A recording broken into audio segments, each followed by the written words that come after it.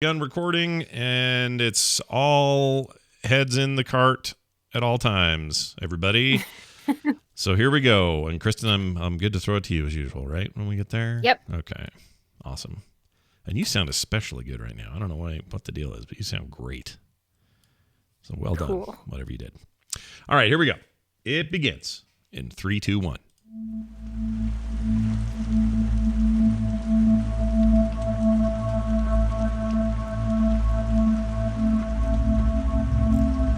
Hello, everyone. Welcome back to There Will Be Dungeons. Time to play some D&D with Kyle, Kristen, Scott, Bo, and John. And today we do what we always do. We get together and we play. It's going to be great. Some of us have our cockles warmed by some great teas that are based on stuff we do in this game. Yeah, that's right. You want to drink some of those? Go check them out at phoenixpearltea.com/TWBD and use TWBD100 at checkout, and that'll get you 20% off. That's for 100 episodes, not for 100%. So for 20% off, use TWBD100. All right. We've done it all we can do until we have to hear from Kristen. Sorry, Bo has distracted me from the skull glass he has, and it was like throwing me off. All right, here we go. Sorry. Hey, now it's time for Kristen to tell us what happened last time on There Will Be Dungeons. Last time on There Will Be Dungeons, the platform perished. A crowd collected as a recognizable reptile from Razak Val reckoned a racket. Omnom fingered Hope and her hooligans. She did away with her disguise and proclaimed to her people her plan to purge the principal with her new power. An explosion. A castle in the clouds, demons diving. Hope hurriedly corralled her community in the keep. Her city was smashed as a familiar face fired forward, furious at her fetching of the fist. Carthax. Hope petitioned a portal to Asmodeus, but the guileful god gave no ground. Carthax coming, she left with her lackeys. The mitt was a mark, and she'd helped Hell to her home. In another plane, it was an aerial assault. Varel, Stanley, and Nash were taunted by Tungan terrors. Wasting no whiles, Varel and Stanley clambered to the cockpit of the mothership to maim the menaces within. Nash, left on the lanai, attempted to attack when rustling roused his regard. As he tried to trap the transient surrounding ship's shot, nettling Nash to don his dragon and exposing Squirts and Chunks as the hidden hall. Stanley and Varel quickly quelled the terrified Tungans and teleported back to the boat where 3 moon mechs now encircled the enchanter. Nash withered the weapons of one. Stanley slammed ships together. Varel pyroed a pilot. All this as sirens shrieked and flaming flares flashed on the moon as it moved closer and closer to catastrophe. Then it disappeared. Tungans, too. Drawn to the dragon, the orcs operating the ship surmised Nash had managed to move the moon, and current captain capsized. They made him master just as they arrived at the aerial area where the portal could be punctured. But how to hone in on home? Luckily, a solo Simeon had seen the secret. Trying the trick, a rift was revealed, but Stanley stayed, managing to muster from the magician that he had indeed spoiled the spell. It was a precarious portal. They jettisoned to a smaller junker just as tentacles tore through and shattered their ship. Nash again attempted the abjuration, expanding an exit to what appeared to be their aspiration. Now rejoin our... They possibly soar into the skies of Sigil. Where will the portal pop them out? If Sigil, will the weapon wave the terror of Tabacho? And will we ever learn the language of the Tungans? Stay tuned for today's adventure through the mean streets and rough beats of Sigil.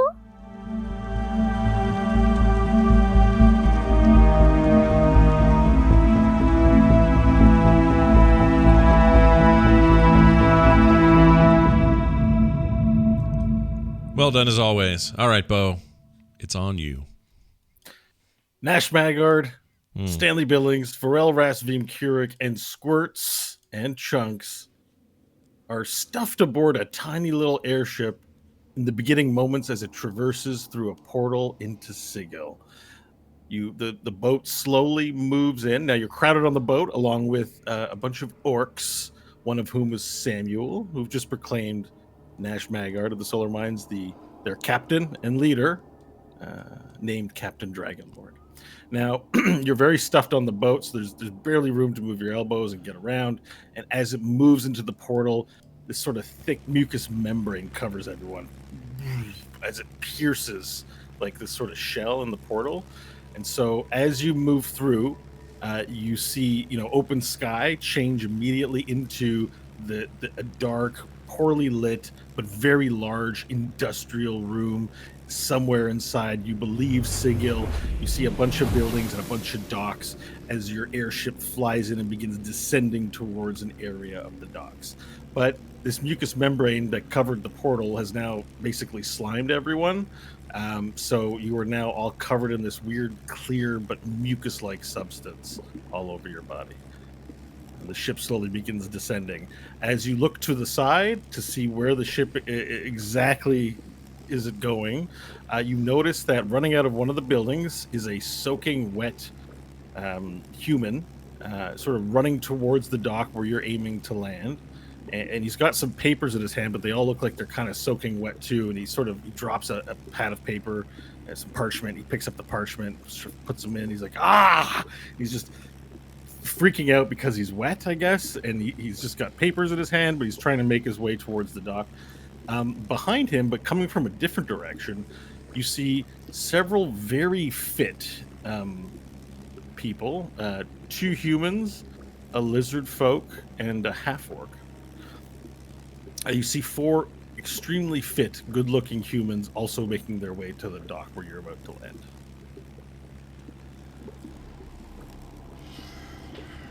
Before the ship docks, is there anything you'd like to do?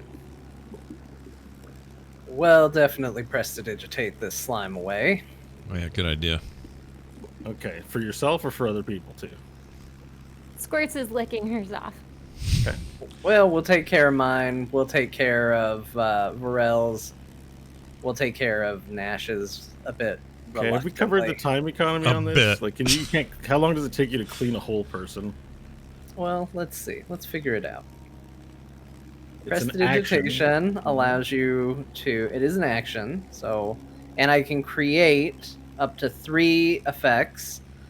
And let's see. You can instantly clean 1 cubic foot. Okay, So, so take 7 turns for Varel. I would go by feet, we'll say. Yeah. Even though it'd be a little more. So the total cleaning, you're looking at like 5 minutes. You have enough time. All right, before we don't landing need to clean. to Nash. clean He's 3 fine. people. You can clean 3 people before landing. But I'm the Captain Dragon Lord. You're not going to clean me? All right, so Nash watches you prestidigitate yourself and says that. Oh, okay. I'll say, all right, Stanley, my turn. All right. Yeah, we'll do it All right. reluctantly. All right, sweet. I am the This kid is who- more than you deserve, Nash. You're lucky we even ended up home. I mean, I agree, but we made it, didn't we? That's all that counts. We're here. Did you see what happened to the other boat? Yes, I did. But they're orcs. We don't care that much. Don't tell Sam. We were almost on that. A stealth roll, please, for that Oh. whisper. Damn it. Knew I was getting in trouble there. Your captainship is going to end very quickly this Yeah. episode in a mutiny. Yeah. 17 should be okay, I hope. I said it very quietly. I tried to. Let me get my Dungeon Master screen. You continue talking, I'll let you know. Okay. Wait, maybe you shouldn't in case it's a problem. Yeah, I'm not going to talk to you. Tell me. Oh no, my Dungeon Master screen's gone. Okay.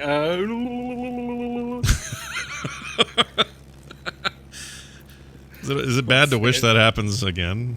That wasn't enough? It might say something about you, though. I don't know. I really enjoyed it. It's really hard sometimes. Okay. Yeah. So the orcs near you, Nash. Yeah. You see, as you say that, you see they're looking at you, and then some of them they pretend to like look away. If this were a Telltale game, it'd probably say, "Your crew will remember that." In the corner. Was Sam one of them, or is he good? He's no, it he's wasn't not one Samuel. of them. Samuel's still catatonic. Okay, good. Oh, wait, I thought we cured him of that. We cast did we? Lesser Restoration and it worked. You did. I remember now. For- Okay, so well, Oh, Samuel's right. he's just not paying attention then. It's fine. Right. Okay. He didn't hear. All right. Well, then good. Then I'll grin broadly and stand there defiantly in front of Stanley like I always do. So, do you press the digitate? Yeah, I suppose. All right. Then you have time for one more if you wish. There's some cajoling. He gets prestidigitated, but his feet remain slimy. Okay. Nash will remember this. It would have been me, Varel, and then Nash, except Got for it. his. Oh, Varel, He wears okay. shoes, right? You wear shoes. Oh, I totally don't wear you? shoes. Oh, yeah. Oh yeah, those are staying mucusy. Okay. Okay. So you're gonna make a splush sound when you walk. Okay. You have disadvantage on sneaking until you sort that out. All right. Well, for now, I'll let it live. We're going to dock. You can't tiptoe. You can't walk silent. It's Okay. impossible for you to do that. All right. All right. I'm So, around oh yeah, where's my note? All right. Sounds Well, I like get you that. cut back from the pool Was there every anything week. else anyone? Was there anything else anyone wanted to do for before we docked? I don't. No. I mean, unless you guys do, we should dock this bastard. Okay. All right. So the orcs begin. Some of the orcs begin shuffling through the crowd, just trying to get ropes ready so they can tie the boat up to the dock. And the dock slowly descends next to this large wharf. Right, but it doesn't overhang water. It overhangs nothing. It's a deep pit, and in the bottom it's dark. You can't see down in the bottom. And so you pull the ship up, and it's like this room it's basically a large square room. An L shape of the room is dedicated to this big pit where portals, I guess, emerge and people fly in. And then there's like an area, a square on the side where there are a few buildings, like wooden buildings and smoke chimneys and everything, and then the wharfs. And from that house, the soaking wet man approaches, and he stands in front of the dock, not allowing anyone to get off. And he says, "Please wait before you get off.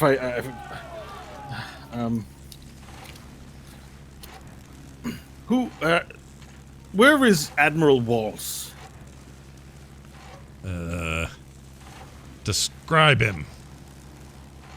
Well, he's an elf. He's a captain of some repute. And he's rented out the Hidden Stinker. He didn't This make is- it. Yeah. This is one of the ships that came with it. I only see one ship, and I was due back a few days ago. I haven't heard of it. There was a is really it? bad fight, and they were. I'm afraid that the captain and many of a good orc man has perished. Well, I'm sorry to hear that. According to the rules of secession, who took Captain Bubin's place? Well, nobody technically, but I have taken sort of command of this smaller ship, as only One one. of the orcs steps up. He says, "Our new captain is Captain Dragonlord, sir." Yeah. So it passed to you, Captain Dragonlord. Yes. Okay. Yes. Let me get the registration form out. So he starts. His papers are all wet. And he's like, "Ah, my pillow's beard. My day is not going well." Prestidigitate them dry. Oh. Who did that? That was very polite. Whoever did that. Wait until you Well, get to know let's him. just see if we can use that to expedite things a little bit. Expedite. That's the word I'm looking for. Skeletal. Well, thank you, sir. You are a gentleman and quite civilized. Thank you. I don't know why I switched to a British accent. I think because I was saying the word civilized. That'll happen. Okay, so he looks through his papers some more and he says,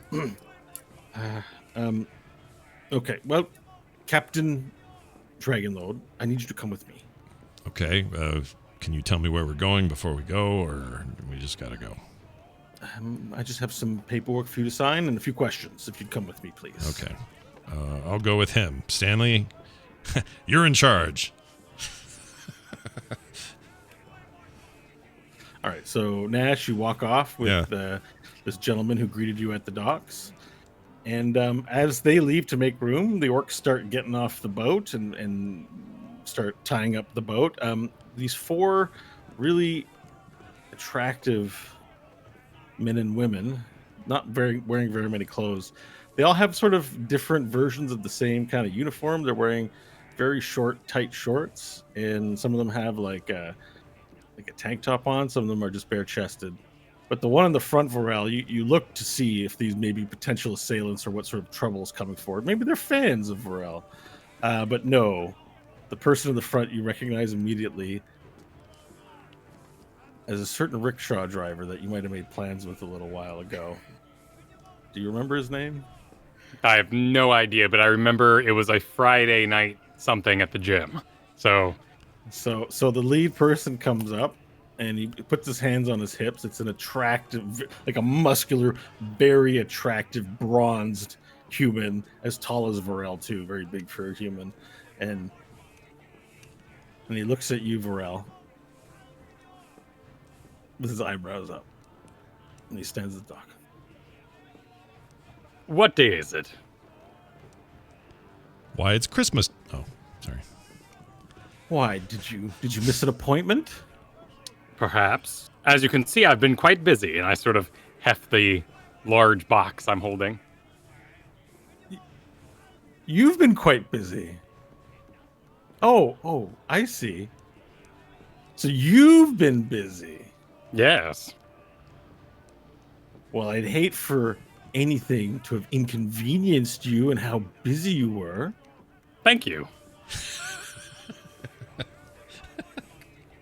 Hey, don't you remember me?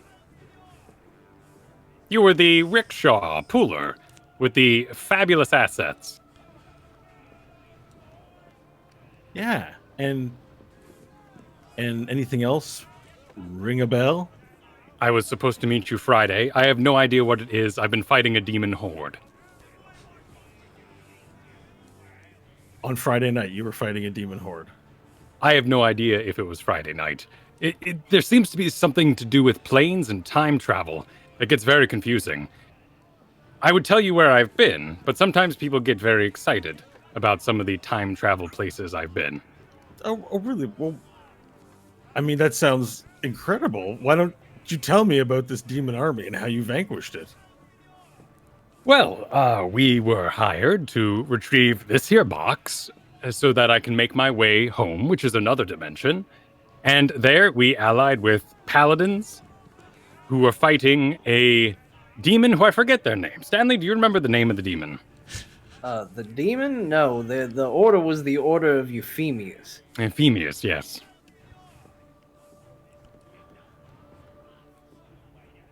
Listen, that might work for other people when you don't show up to their commitments.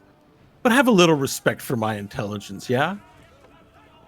And then there's Was it Fanbo? Fanbo Joe? Is that? I'm your not name? talking to you.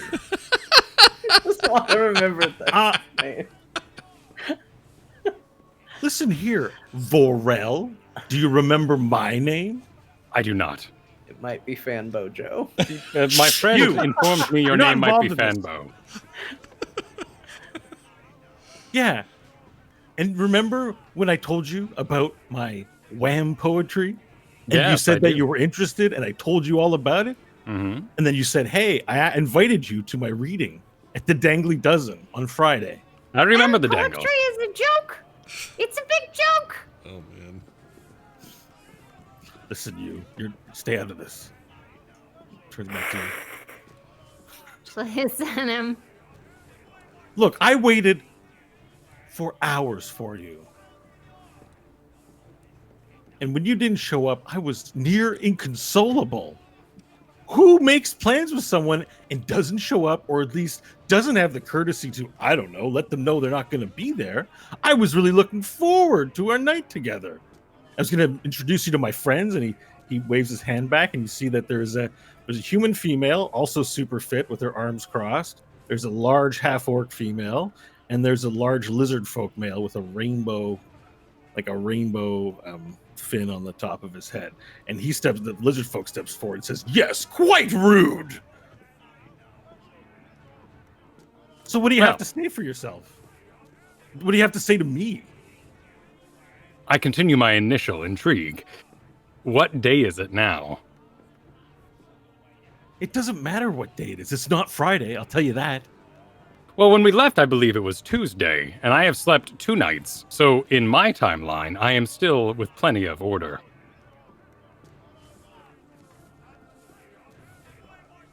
Don't you have something to say to me?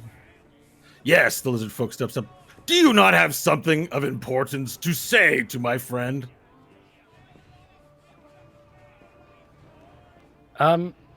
Oh! Oh, yes. I'm familiar with this human custom. I am sorry.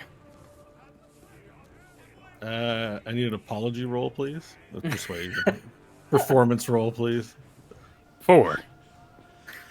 Perfect. That's what sushi's called at a gas station. Fambo Joe raises up a hand and spreads all 5 fingers, wing, wing, wing, wing, wing, wing, and goes in for a strike of open-handedness, slappages to the face. 23. Good That's a hit. Lord. You Jeez. take 1 point of damage and whatever amount of pride or shame you may or may not feel. That's up to you how much shame damage you take. It doesn't break my temporary hit points that I gained from biting the keyboard earlier. Yeah, he slaps you. And then he looks at you expectantly. Is it my turn? And I will begin to raise my hand, questioningly. All right, and then Fambo begins to raise his hand, mirroring you again for a second slap. Do we connect midair? Are we in agreement?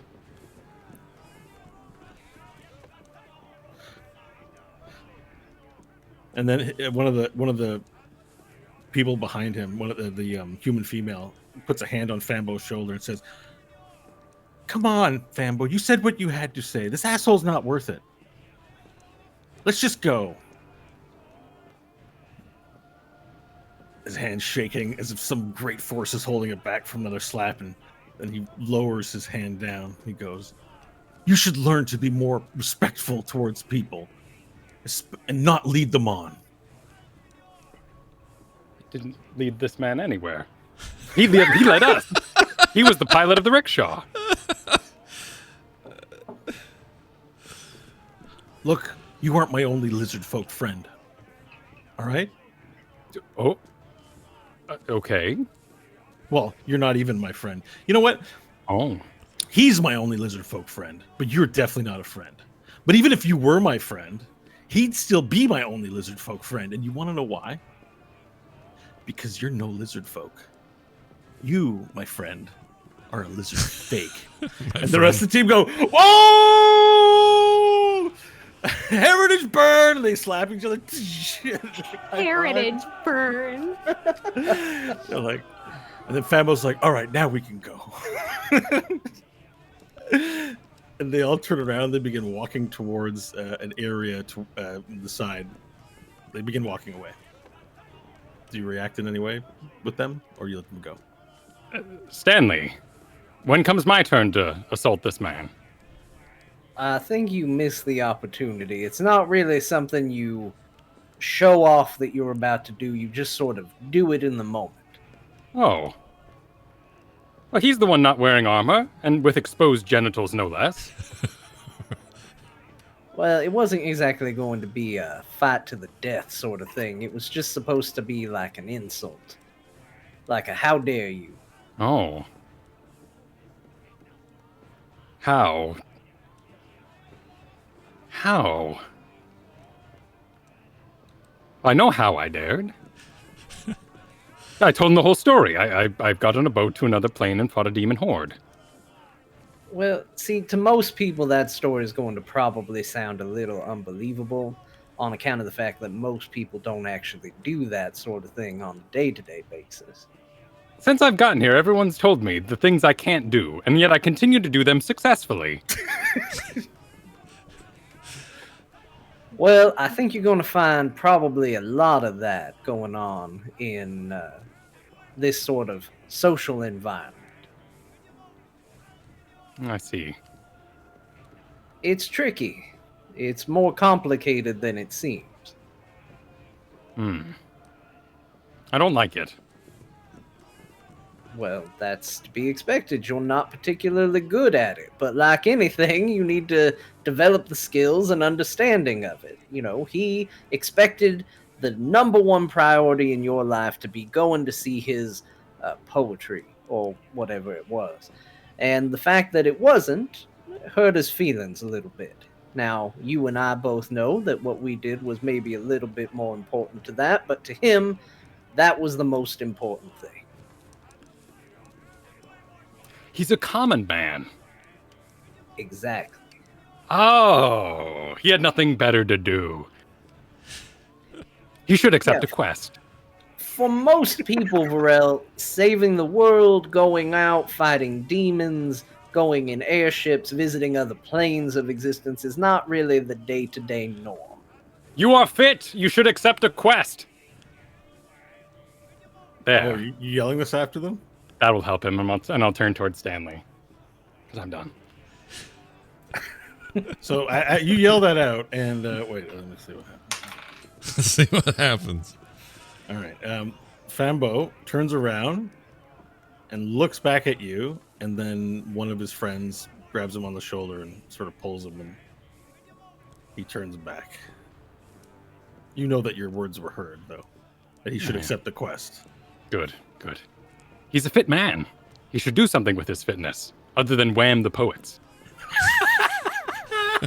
Okay, that's a great place to end this little bit, and let's go see what Nash is up to. Oh boy. Nash, you get the soaking wet man has brought you into this like wood sort of house, and inside there are a few men at these like desks, and they appear to be drawing up contracts. There's like 4 of them, sort of in this formation, and he walks past them, and you follow past all these men with their plumes, writing contracts or something like that, putting seals on papyrus in this strange room. And he takes you to a door at the back of this room, and then he opens it up, gets in, and he says, come on in. Okay. Sounds good, and I'll go in. All right, and so you see that this office is filled to the brim with papers, contracts, pouches of gold, jewelry, booty. Like there's all kinds. There's like goods in here. It's really disorganized and disheveled. It's definitely some sort of a working office. The most striking things you see are like the tons and tons of rolled up big papers that have like maps on them, and just it looks like there's all kinds of stuff in here. And he moves around to his table, and then he has this jug of wine, and he pours himself a glass, and he looks at it, swirls it around, and then oh, how rude of me. You want a glass of wine? What kind of wine? Red wine.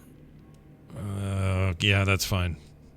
All right, he pours you a glass, and he gives it to you. It's a goblet. It's a big coppery goblet, actually, not a glass. This isn't fancy earth. Okay. And hands you a coppery goblet. He takes a coppery goblet for himself, and you guys, well, he drinks his. All right, so Captain Dragonlord, is it? Yeah. You can call me Nash Magard of the Solar Mines if you prefer. I've only recently taken on this name. I don't prefer. I prefer to call you by your official title that we're going to be signing you up for. All right. Well, then it's Captain Dragonlord. All right, so where's my ship? The Hidden Stinker. According to the rules of succession, you took over as captain. Yep. And so you took over Admiral Walls' responsibilities as well. The ship he took out, the Hidden Stinker, was rented from these docks, and I don't see it back. Okay. You know where it is? Yes. So we, oh boy. Just hitting me how hard this is going to be to explain. We were in a massive battle, and in that battle, the main ship was lost. I assume this is the Stinker. What'd you call it? The what Stinker? The Hidden Stinker. The Hidden Stinker. Beautiful name, by the way. Great naming convention. I love it. Anyway, this ship was drawn into one of the travel portals. You know, the kind that get us from place to place, and this one, something was wrong with it, and it had giant tentacles in it, and it reached out and engulfed the ship and seemingly that's a simple explanation. Yeah, Destroyed destroyed the job. Happens all the time. Oh, good. All right. Portal accident. Okay, good. Portal. Then my short answer is portal accident. Right. So, unfortunately, Admiral Walsh did not take out any insurance before he took the ship out. He figured it was probably going to be fine, I guess. I mean, that's his risk to take. So the replacement of the ship it's going to be around 100 Gs, 100,000 gold or so, roughly. Okay. So, can I have your address? I'll send the bill there for that. Yeah, it's 150 West. No way in hell I'm gonna take a responsibility for this ship. Okay, he stops writing on No Way in Hell, and he goes, It wasn't my fault. That's not even the ship that came back. I came off in one of the little skimmer things and they declared me captain. I don't have to take the responsibility of what happened to the bigger ship. Look, I'm just a regular harbor master trying to make a living here. I didn't say it was your fault. This isn't a court of law. But your crew did vouch for you that you took the right of secession and accepted captainship. And thus you accept all the outstanding debts and profits of your predecessor. So unfortunately, this one's on you. I'm sure you saved the day, but do you have some sort of payment plan here? We could work something out. All right. Let's see. How much time do you need? I would probably need to discuss with my friends or my companions before I make that determination. Okay. So can I get your real address, please? Yeah, it's actually, we don't have an address here that I can give him, so I have a choice now. No, the only place that you have as a home base is Soggy Feather. Not suggesting you give that out. That's right, I'm not going to do that. But I will be honest with him. So our time here is temporary, and we currently reside in the Soggy Feather. So I suppose you could use that as our temporary address. Okay, Bill runs that place, right? Yeah. Big guy, beautiful wife. Big fella, very nice wife. Yeah. They make a mean corn chowder. It's very good. All right. Well, we don't have to settle this all today. I will be in touch. Okay. Well, I appreciate it. Is there any other weird things about being captain I've not been made aware of that I should know? Responsibilities or, liabilities? I mean, have you taken the captaining training course and orientation session? Only what I was given by my first mate in terms of orientation. Nothing official. So we can give you one of those trainings. What's a good day for you? Again, but I have to talk to my companions. Can't really speak for them. We have a shared pencil schedule. Something in now, and if it changes, you can let me know. All right, let's say next Thursday, 3:00. All right. Well, thank you very much, Captain Dragonlord. He reaches out a hand. I'll take Looking it. forward to doing business with you. I'll shake it. All right. Your hand is now super wet. He's drenched. Oh, why is he all He's wet? soaking. Is he He's sweaty? soaking the whole time. Oh, It appears to be water. So Okay. something soaked him. all right. Do you want to ask him? I'll say, oh, you're a little moist today there, are you, pal? What's with the wet hand? Yeah. A bunch of whale piss got dropped on me. Oh, well, hey, that's great. Not a problem, though. Another day at the office. Yeah. Sorry, I didn't wash my hands before I shook your hand. No, I've been covered in worse. It's fine. And now that he says it, the odor starts to waft into your ear hole or your nose holes. Is it worse than the odor I always carry with me? It's getting worse by the second, exponentially. Okay. I'll say, well, I need to go. Thank you very much, and this has been great. And I try to breathe through my mouth, and I leave. Okay. So you hurriedly exit the building, and the crew sees you. There's some very attractive people are leaving the vicinity of your crew and your party. And the crew, you see him walk out, and he has a really wet hand and really mucusy boots. Okay. Hey, I'm back. Everything's fine. We really should get out of Sigil fast. Yes. The city has become more frustrating in our absence. Yeah, they've got me on the hook for 100,000 gold for what happened to the big ship, and it's not even because I caused it. It's because with the fruit problem. Remember the fruit problem? It's not even because of that. It's because apparently when you become captain of any of these ships, you take responsibility for the previous captain's stuff, and he didn't have insurance on this thing. So long story short, we're on the hook for 100 grand, but if we get out of Sigil before then, we're fine. Before it comes due, I should say. I feel like you're not maybe learning the lesson you should from this, Nash. What lesson is that, Stanley? I don't know. Maybe don't assume responsibility of things you have no responsibility over. Well, they have customs here. I took captainship of the ship, whether any of us likes it or not. And because that's the deal, that's the deal. They pulled me in, and they got to tell me the rules, and I got to live by those rules, at least until we get out of here. So it's just it's a minor inconvenience. That isn't that big a deal. We're not going to pay $100,000 in gold. No, we're not. They set up a system for travel based on fruit arrangements. I mean, I agree. We are absolutely not going to pay it. For one, I don't think we even can. Nash, do you even have any money right now? No. Oh, actually, let me check, and I'll dig around my pockets, and I will note that I have. I do have some gold. Hold on. Where is it? I have. Where's my currency? Oh, I have 607 gold.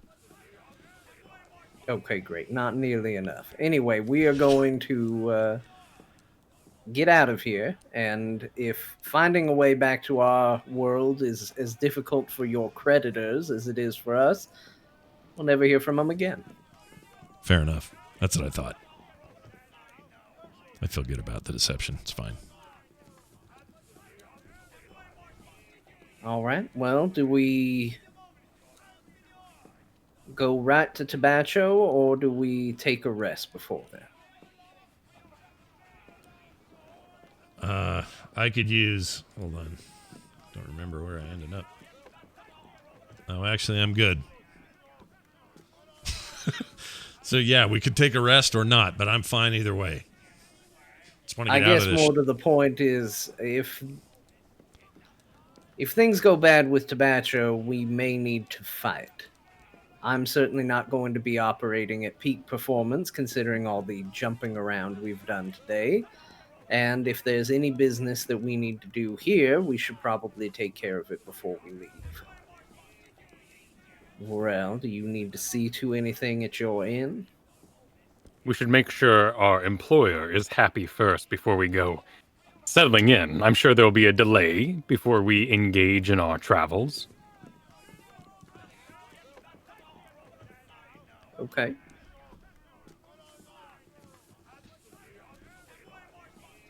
Does anybody remember how to get back to Tabacho?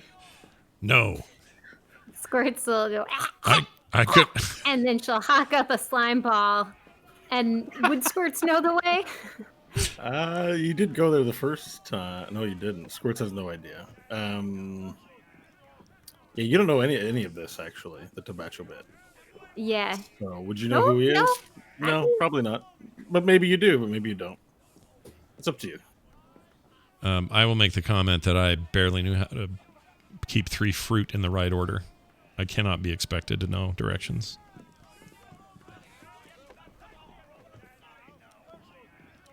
Why not ask? We could ask someone. Yes? I mean, that's how we found him the last time. Yes, we could. Just was curious if anybody remembered how we got from there to the airship docks where we are now. Well, the problem was that we first went by the clergy building, and I was quite drunk. That's right. So you guys do remember it's in the hive. I can help you with some of this information if you're actually not remembering. Well, the dock here was employed, or is this not the dock we launched from? Good question. I forgot to say that information. It is not the dock you launched from. Okay. Then So it's even more confusing. Yeah, so we can't assume that this place is in the employ of Tabacho directly, even though he did send the additional airship. So I think we can ask around. Yeah, we have to get back to the hive, and then there's a vendor selling frogs. Is there Something to that effect. anyone of authority on this dock? You say it pretty quietly and nothing responds back to you. Is there anyone of authority on this dock? All right. Performance roll, please. 1. So you say that, and then a trash can nearby it pops open, and this old man gets out and goes, "I can help you. Thank you, old man. Wait a second." And then his leg starts to come out of the garbage can, but then he trips and the garbage can falls over and rolls a bit, and he goes, "Ah! Ah! Ah!" And then it hits like a box and stops rolling. And he gets out. "Oh, So you said you needed some help. Yes. Okay, well, I gotta charge you for help. But I can help you. Very well. What is your charge? I need 10 gold. 10 gold to take us to Tabacho. We can afford that. You want me to take you to Tabacho? Yes. I need more Well, for do that. not start just throwing gold at the first man that falls out of a trash can because you asked for someone of authority. Hey, that's my house.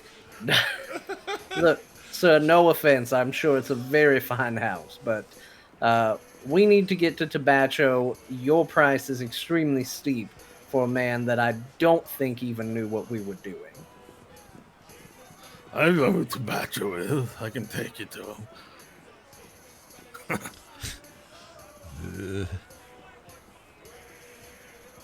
It's gonna cost you more gold. 50. That's a lot of money. Vorel, we found him once before for free.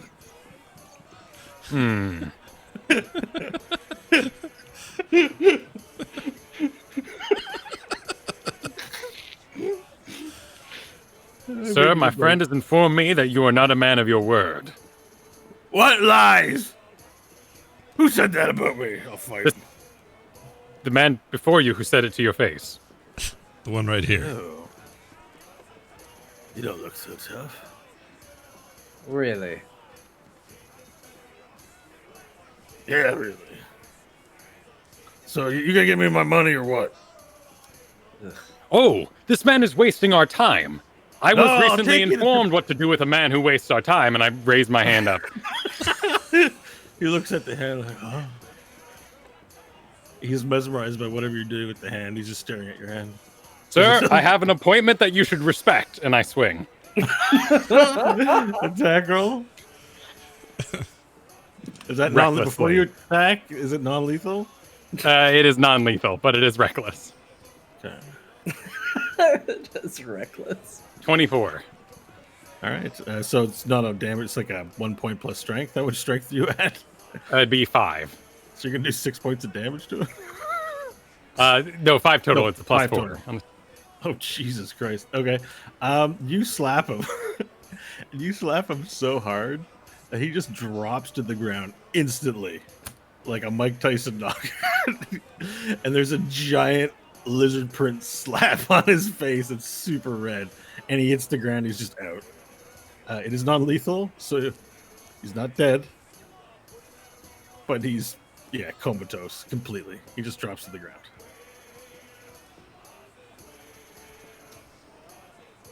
Well done, Vorel. We will find Tabacho ourselves then. Thank you, sir. And I walk over him.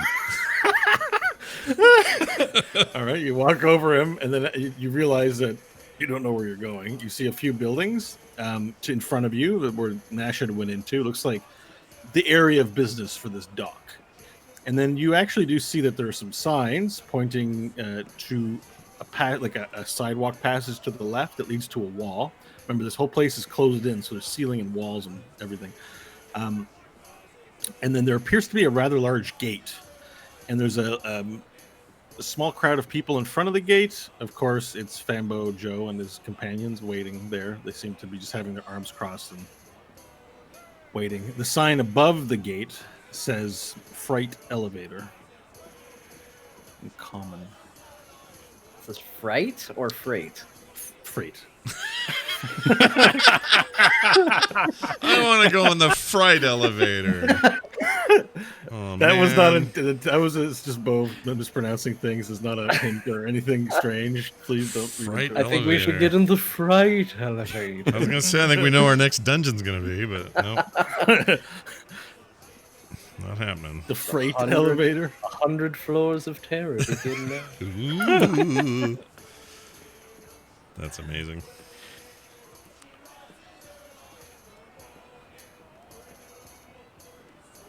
Vorel, maybe you could ask one of the rickshaw drivers for directions. If you could make nice with them. I bet they know. They travel these roads all the time. They would know. Yes. Did something happen while I was gone? What's wrong with just asking? Yeah, we're not on great terms with Fambo Joe and the rest of the rickshaw drivers. Oh no. It seems Vorel missed his date. Oh. Well. Maybe. Oh, what'd you do? Did you slap him too, or no? You were with him, Nash. You know exactly what he was doing instead of going there. No, I don't mean then. I mean today. He didn't. I still don't know what today is. No, no one's told me if it's Friday or But not. what I mean is, did you slap him like the last guy that we just saw, and is that why he's mad, or what level of mad is this dude? If we go talk he to him, slapped me. well, let me go talk to him then, because he hasn't seen me. Oh, yes, you're extremely good to talk to. Please, go up and talk to him. Let me go talk to this guy. I'll get some info out of him. All right, so I'm going to walk over to him, and I'm going to say, "Excuse me. You look like capable rickshaw drivers. Can anyone give me directions? Oh, where are we trying to go again? Are we going to the? Where are we going? You're trying to go to Tabacho's. Oh, Tabacho's. Place. Yeah. And get directions. we're trying to get to Tabacho's, and we don't know directions. Could either of you good men give us any help? So Fambo looks at you and just like rolls his eyes and turns away from you. Okay. And the lizard folk looks at you and says, "Pardon, my friend is very upset with your friend." Oh, you mean the other, your lizard kind, your fellow lizard folk there? We're less than inclined to help you after the way your friend treated Fambo.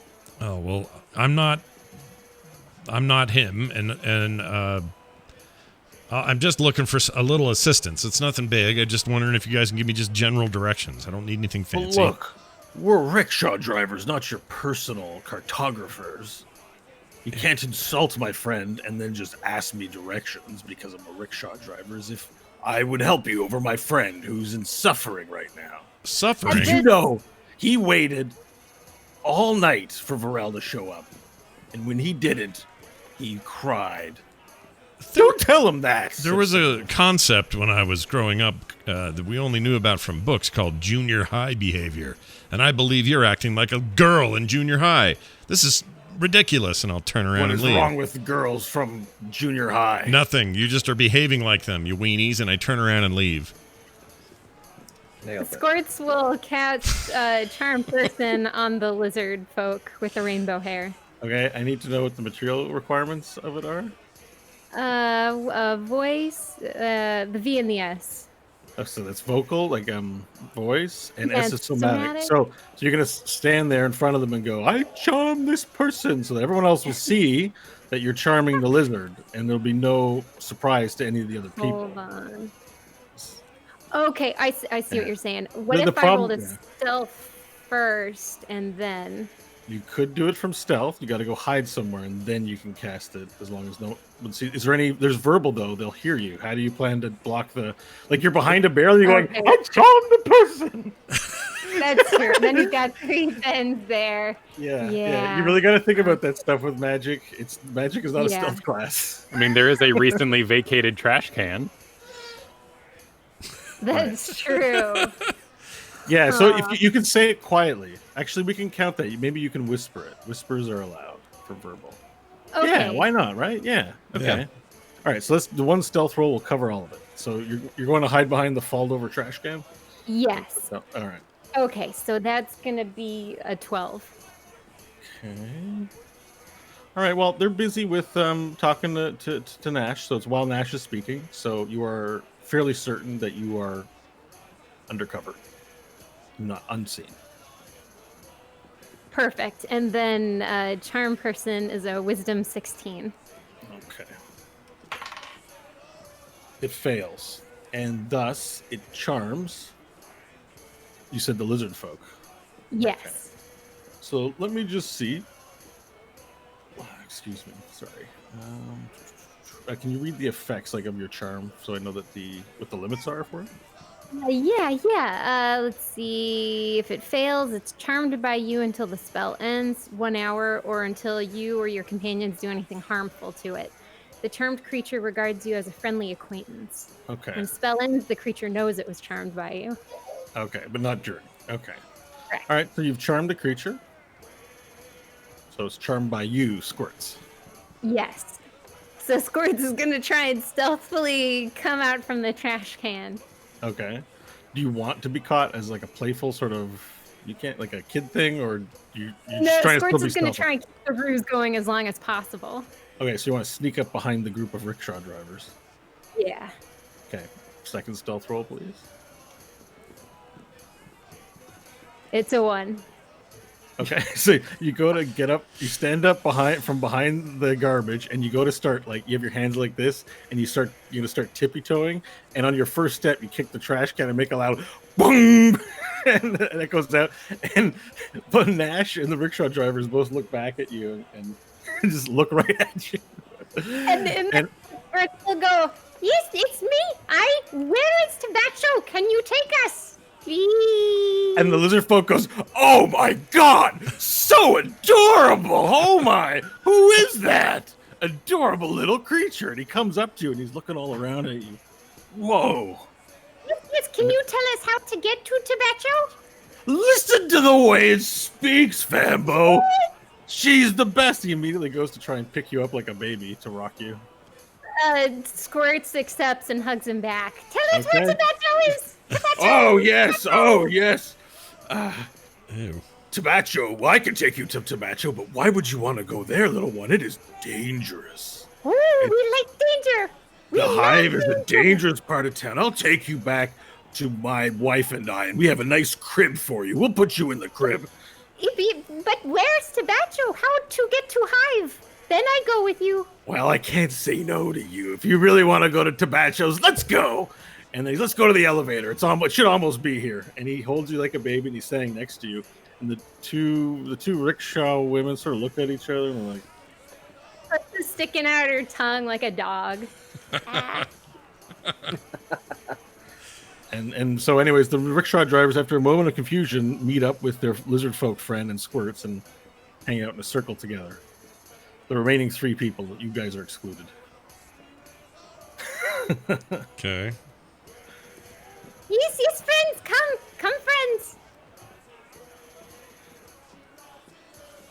Do you guys I'm gonna follow go. Squirts' Yeah. instructions? Yeah, Let's heck have yeah. a real awkward fright elevator ride. Yeah, let's go. Right, so you line up for the fright elevator ride, which means it is just you, your party, and the rickshaw drivers, with Squirts being carried like a baby by the lizard folk friend.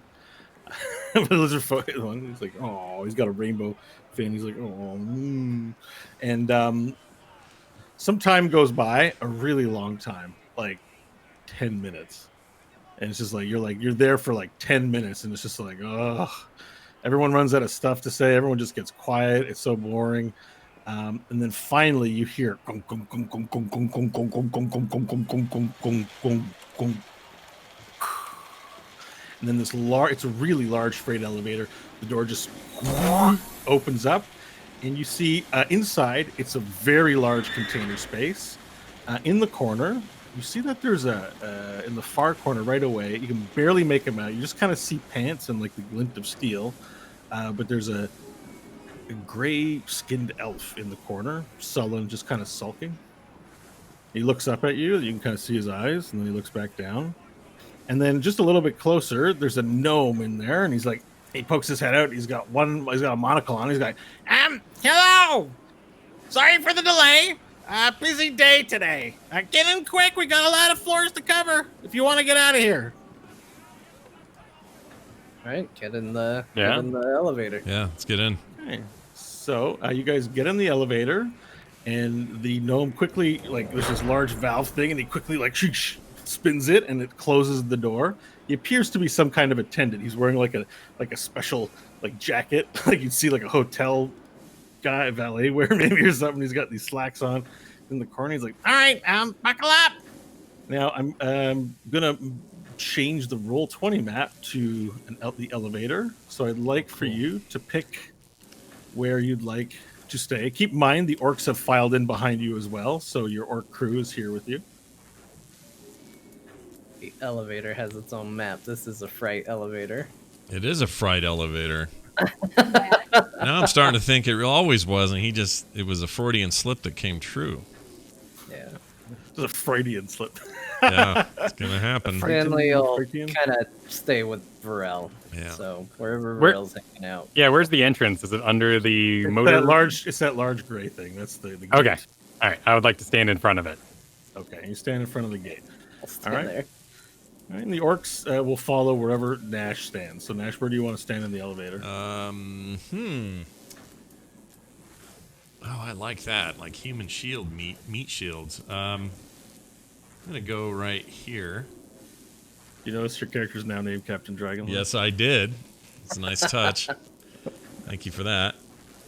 Yeah, I'll move right there, and then they can Okay, assemble where do you us. want? Do you want to order them to be anywhere? I No, just- you have the chest with you, Varel, so I'm moving it with you. I want them to flank around me in a way that if the door were to open and something bad was to come out of it, they would be facing it before I would. So some meat shield kind of business going on for Nash. Okay, so like this here. Yeah, this works. We can just surround Squirts, me. that's your character there. Can you control your character? No, not at the moment. Oh no! It says show nameplate, represent name controlled by determined by character settings. Boo! I don't know how to fix that. It would have to be her icon, huh? You don't want to do that. All right, I'll think of something on the break. All right, we move here. Oh, wait, I don't need to do that. All right, so they're meat shielding you. Perfect. Stanley and Varel decide to stand at the front door. And then as the elevator descends, clunk, clunk, the gnome looks up at you and he says, we're about to let more passengers in. You need to clear the front door for me, please.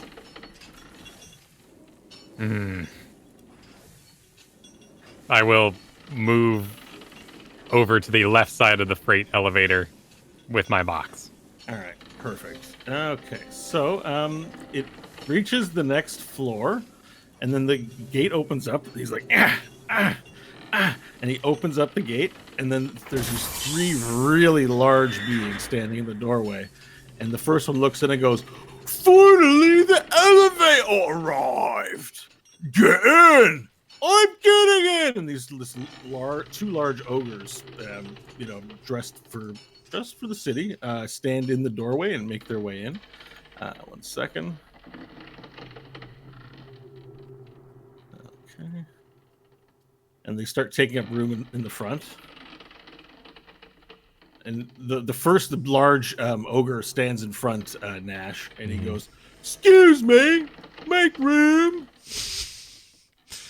Push to the back." This is bad. All right, I will say, all right, keep your pants on. And me and I will tell my orc pals let's all scooch back one notch. Okay. Make room for these chuckleheads. All right, everyone's to scooch back one notch. Okay. Do not trust these guys. Actually, Squirts, you'd be with Bangor, or the Yeah. Okay. Okay, so he's holding you, so I moved you to him. Okay. They go, "Thank you." Now, Orf, where are we going again? Orf. We've got to clean up the bottom of the pit. There's a lot of shit down there. Oh man, I hate cleaning that stuff. And they're sort of talking. And then, as the elevator descends, one of them go, nope, one of them doesn't do anything quite yet. The old gnome's like, "All right, make room. We're hitting another floor for passengers." And the door closes, and then it lowers down slowly, and it reaches another floor and opens up. And this time, a large crew of people stand in the doorway. They look like humans. They're armed to the teeth, and they walk in. And I'm going to add them to the map now too. Okay.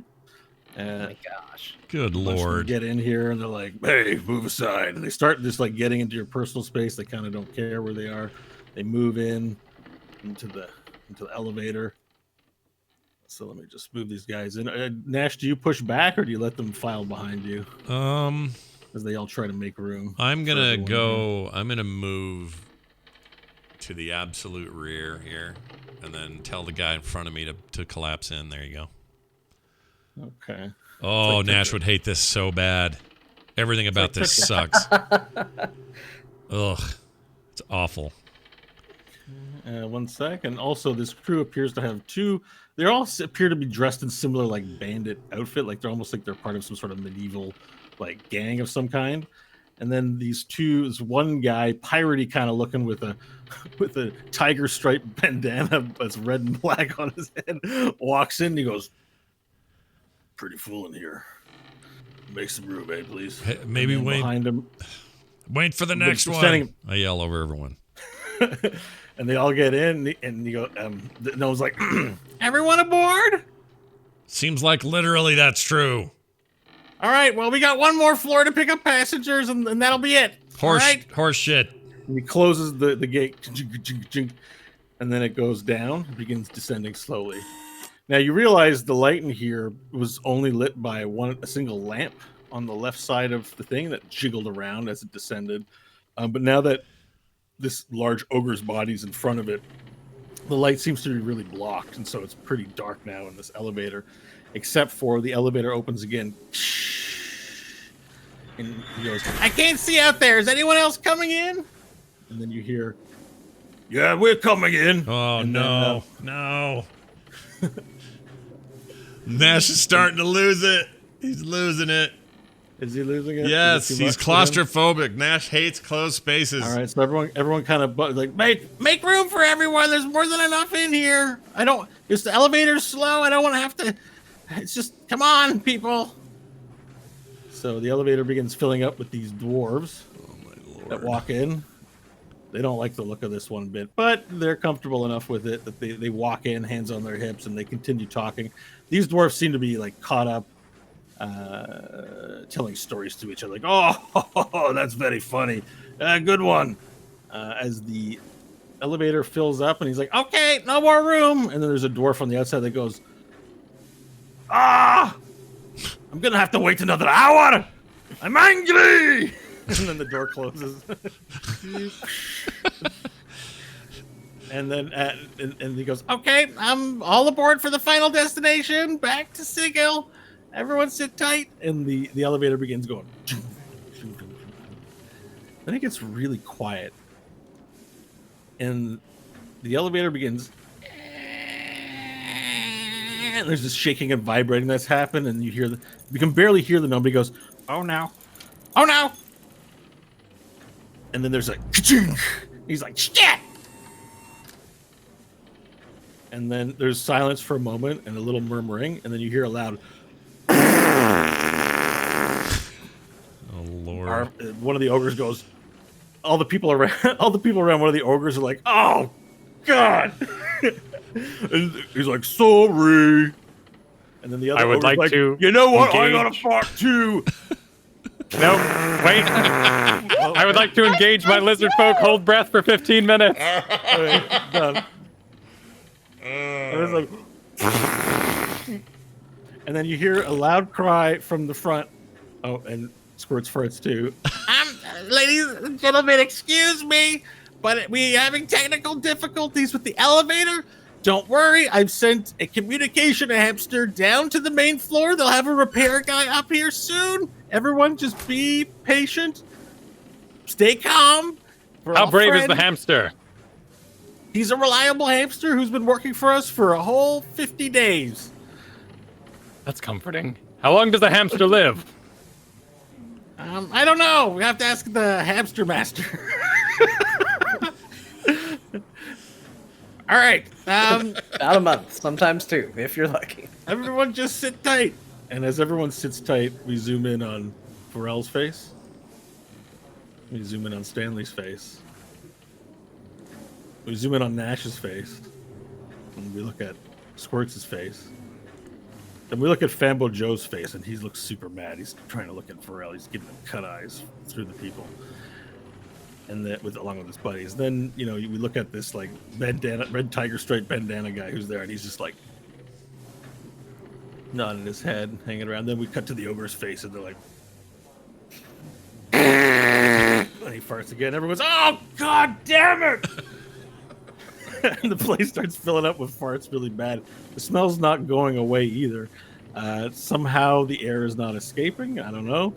But everyone is very stressed and very paranoid. And why don't we go to the break and see what happens? Oh my gosh, dude. All right. Freaking holy crap. All right. All right. We are. Go just a sec. Oh, okay. You're fine. All right. All right. We're back. We're back, everybody, and we're doing it. So let's go where we last were, which is in a hell of an elevator problem.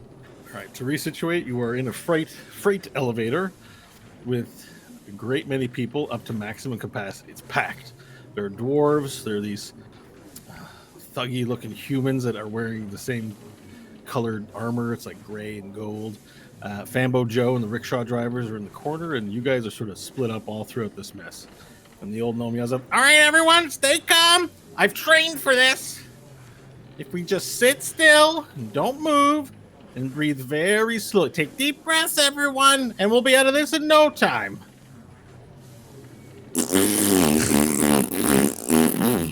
The fart is so intense from your vantage, Nash. Looking through people, you see the back of his loincloth like a giant wind is blowing it up because he's a giant ogre. He's just like his head is like up on the ceiling like this, right? He's just like, ugh.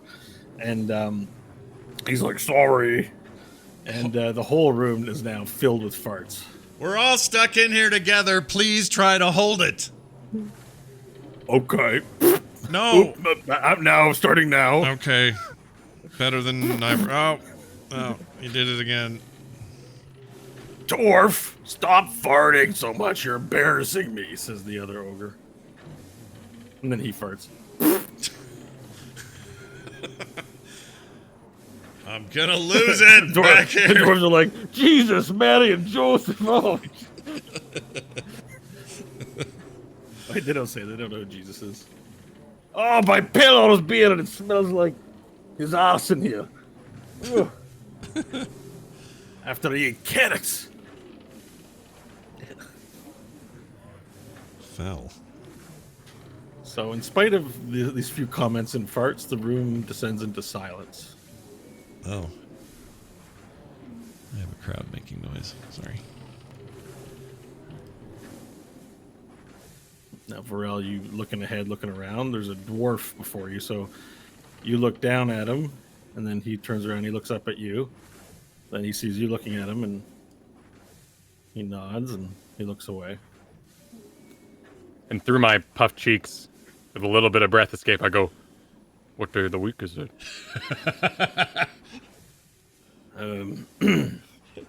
Tuesday, says the dwarf standing next to you. Thank you, Sure.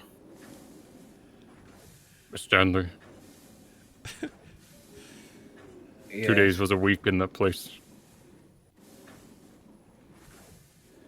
I know. I wouldn't have thought, but apparently it was.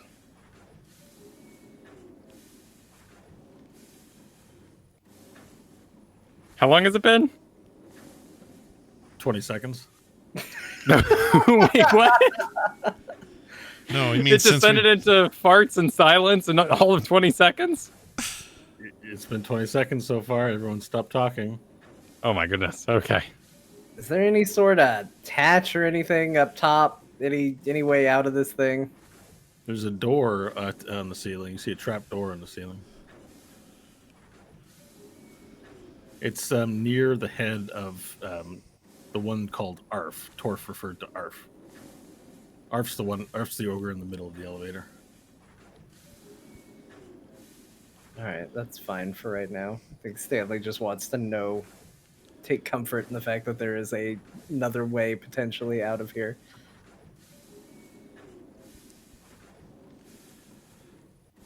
I'm gonna say pretty audibly. I'm gonna say, Stanley, Varel. Remember that wild magic problem that brought the moon here?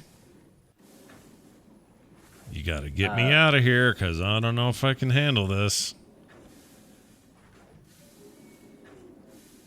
Well, Nash, you're going to have to, because summoning the moon is not really going to help any situation at the moment. You could drink yourself. I say while holding my breath. I could do what?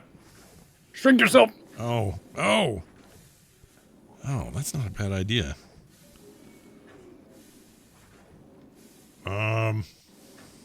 So talking to Nash. Yeah, okay. You have to yell across the elevator to him. He's far away. I can hear him. He's just going. Yeah, you can hear him. Not yell, but you have to talk loud enough for him to hear other people.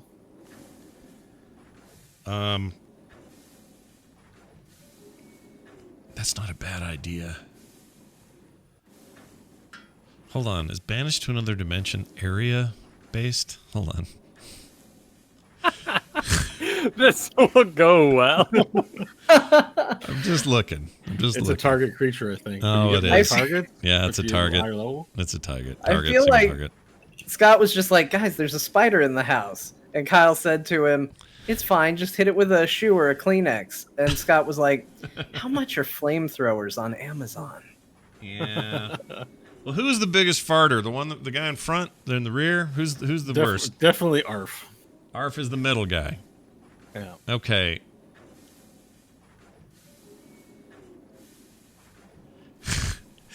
I mean, I could banish Arf.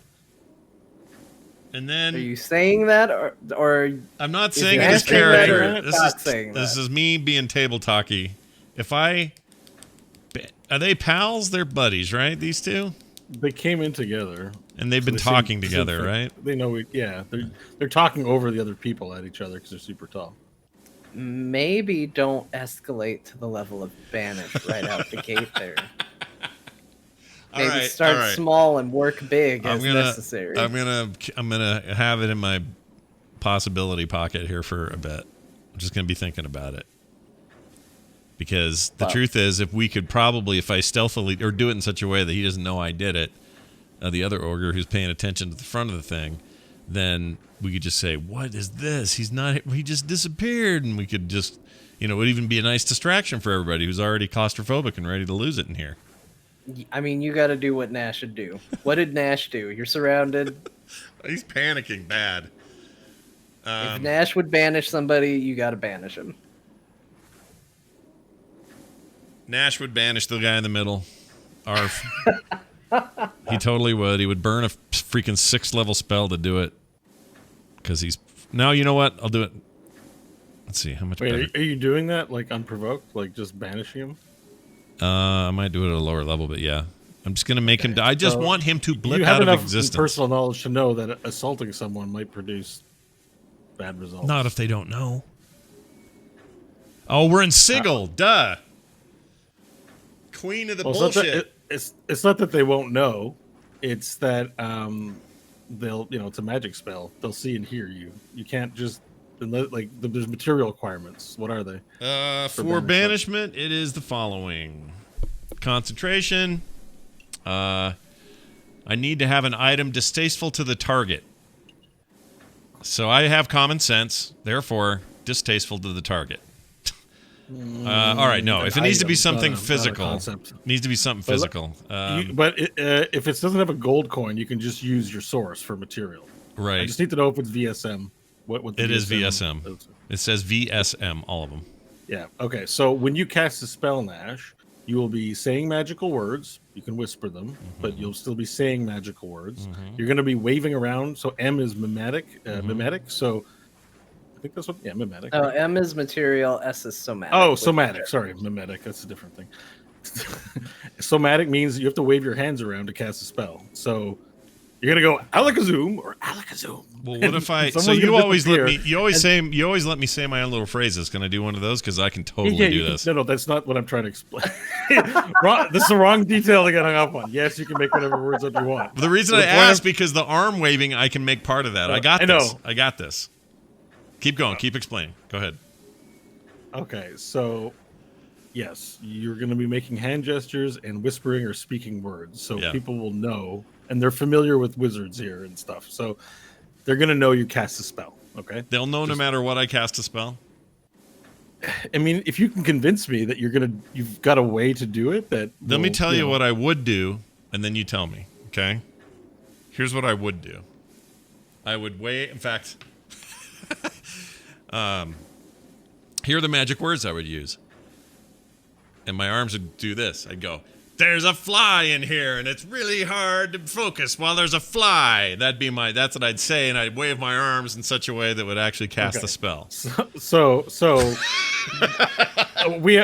let's take a pause here and let's clarify something for rule's sake. So part of having verbal requirements is that there are magic words to spells. Yeah. Right? Yeah. So I don't make you guys do homework like what are the magic words for your spells, and then that's what those are. So you can't make up words because, we have that shortcut. You can't make up words to fit the situation unless they're already established as the magic words, like canon style. Like, because you just kind of say whatever and we kind of let it ride, right? Yeah, because you always say, which hey, is what do cool. you say? But now And that I you're go, trying to use it to bullshit into stealth mode, and I'm saying no to that. If you had a consistent set of magic words that you used all the time and it fit the scenario for a ruse, I'd be all in. yeah. You can't just be like, let me make up something that fits the situation conveniently and get the spell out. That's not going to fly. Like All if right. when you banished during that demon fight, Nash went, "Oh my God, there's a fly in here." I think Bo might allow it. All right, here's what I'm going to do then. I have another idea then. And this is the thing I'm going to say is all. Okay, so I'm going to say, which of you ogres or both of you would be willing to be shrunk down in size so we can get a little extra space in here, and I'll give you 5 gold each if you do it. Huh? I look at you. I can shrink you to half the size you are now, and I'll give you 5 gold, and it'll save some space in here while we're waiting for Shrimpy to get his shit together. I like being big. So do I. All right, so We don't want to shrink. So they're unwilling. Why don't you shrink yourself so you have more room? The other ogre goes, that was a very smart idea, Arf. We don't usually have ideas that smart. I know. I had good breakfast this morning. All right, I'm going to launch a fireball. Just kidding. All right, I'm going to do nothing. I'm just going to sulk and be annoyed. Nash, be my size. Get carried. It's fun. I don't want to be small. If there's 2 things I fear in this world, I fear being crammed in an elevator with too many people for too long, and I also fear being small. No offense, but those are my phobias. And fight with us. Oh, that's adorable. and the lizard folk pinches your cheek. Listen to those cute little those kobold farts. They're amazing. Did you know that there's a pageant for cute kobolds? Who's saying this? The lizard folk to Squirts. I think we should enter you into the pageant. God damn, you are adorable. And the 2 rickshaw women, the half orc, and are both like nodding. They like this idea. They're a fan. Yes, we trick them all. They make them think I'm cute. Nash isn't going to do anything.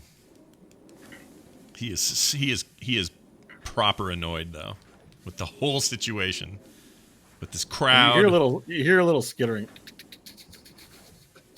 Oh, hang on. The hamster has returned. Let's see. I have a note here. I don't understand. This is confusing. It says, "This is what you get when you cross me."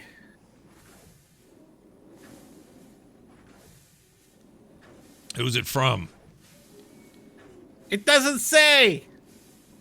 I'm trying to think of who I might have crossed. I'm sorry, everyone. The tone of this message suggests we're not getting out. Everyone begins looking at each other, trying to figure out who the reason is for this elevator being stopped. So the hamster thinks it's him, right? He thinks he's the one. The hamster? or No. whatever he is, the little shit, The hamster's got a vendetta. the little shithead. The gnome. The gnome has read sorry. the message. He thinks it's him. He But thinks everyone it's begins him. looking around at each other. Like one of the humans looks at one of the dwarves, and one of the dwarves looks at the guy with the red and black tiger stripe bandana on, and looks at the woman next to him, and the woman next to him looks at Stanley. Stanley, do you look anywhere else? I'm looking up at the door out. All right, well, because he's not doing the look chain, then she looks over at the ogre. The ogre looks over at the other ogre. The other ogre farts, then looks over at one of the orcs, Scott's orcs. And then the orcs all look at each other. Then they look at you and they go, Captain, we need a plan. If things go sideways. I'd be happy if this elevator went sideways at this point. You give me some ideas, Sam. Your job is to inform your captain, right? Yes. Can we hold anything for you? Hold anything? Yes. What do you mean? Just to lighten your load. Are you burdened or encumbered in any No, way? well, only by the situation. But no, I don't have anything for you to carry. Nash, why don't you fly up to the top there and see if you can get that emergency hatch open? Wait, he can fly? Yes, he's a powerful airship Cool. captain. I want to fly. Me too. If Arf gets to fly, I get to fly too. No, Arf doesn't get to do shit, and I start to float up. I like Stanley's idea. I'm gonna float up to the shaft, or the float up to the whatever it is, hatch. The trap door? Yeah, I'm gonna try to you open it. Float up to the trap door, and you're now near like Arf's head. Yeah. Because his head's on the ceiling like this. So his head's near the trap door. Okay. And he looks at you and he's like, What are you doing? I'm trying to find a way out of here, and I will float and turn my back to him because I don't want to talk to him, and I'll crack off a tiny little fart of my own in his direction. As the fart travels through air and approaches him, he opens his mouth and goes, catches it. Oh, God. He smacks his lips as if he's. Oh, jeez. We have got to get out of this place. Holy shit. He's the worst. Okay. Can I rummage around there and see if I can figure out what what the hatch will do? That's so gross. Ugh. It's just hitting me now. I just so casually came up with that. And then okay, I'm sorry, everyone. It's all right. Okay, you want to examine the trapdoor in the ceiling? Yeah, I want to see what I can do with it. Can I move it? Can I open it? Seems to be a wooden planks fastened together by metal with bolts in it. Has a handle, a loop handle. Seems like a pretty classic trapdoor. Okay. And the loop handle pulls down?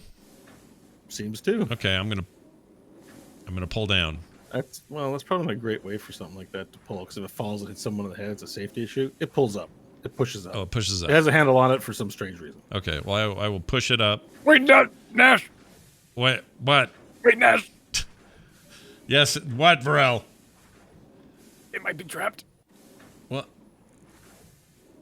I mean, okay. All right. I don't, Yeah, check it for traps. all right, Nash. I will try to check things for traps, which I have no bonus rolls for, but let's give it a shot. Okay, make an investigation roll. All right.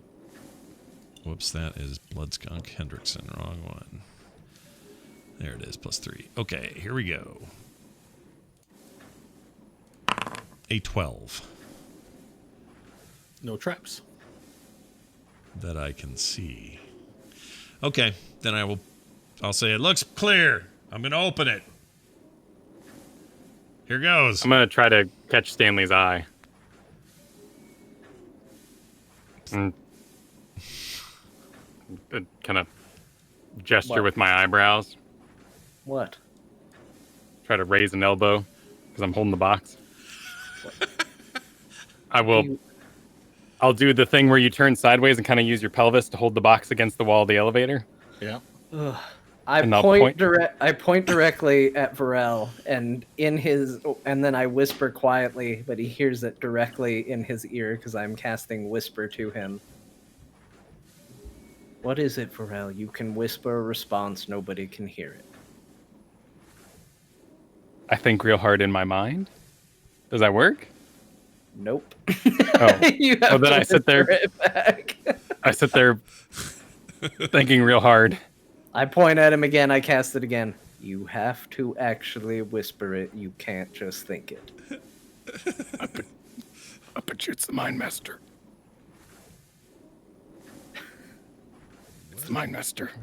That guy, he's out for me. He always has it. He's mad at me. It's probably the Mind Master. Stanley nods. It's probably the Mind Master.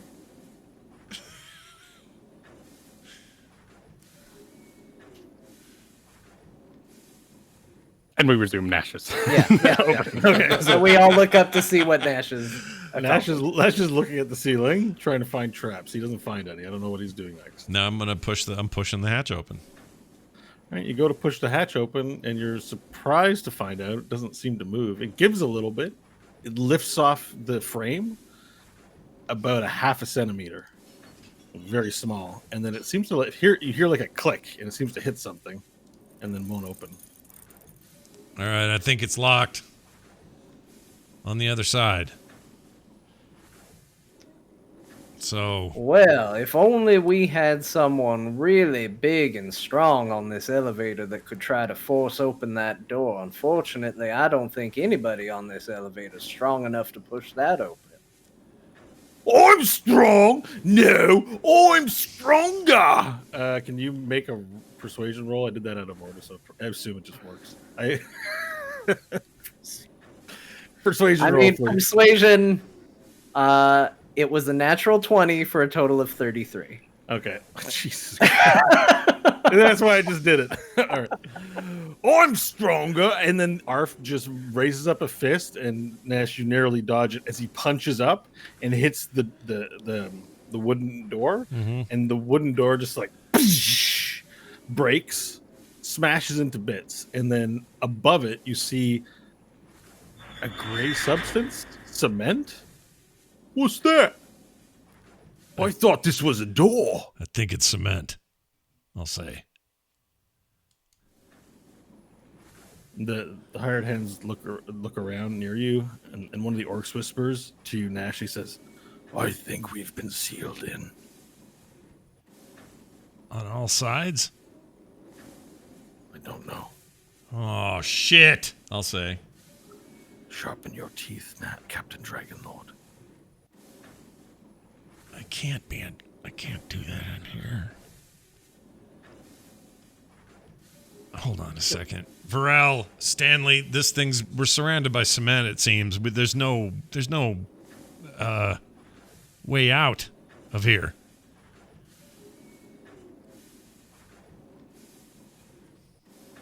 I need ideas. I'm gonna lose it. Well, how about you stay calm? All right? It's going to be fine. How much cement? Is it enough that we could lift it off or push through it? I'm not strong enough to tell. I can't tell if it's solid. I can't tell if it's just a layer of brick. There's no way for me to tell. I can't tell. I can't see through it. About how high up is the ceiling above everybody? 14 feet. It's about like a regular house, a little higher than a room in like a normal house kind of thing. Pretty tall. So if Nash was at the top, he'd be over 10 feet away from everybody. No, his body length is like 6 feet-ish. So if he he already 6 feet, 6 feet. Yeah, I guess so. His feet would be dangling around some people's heads. Yeah, for sure.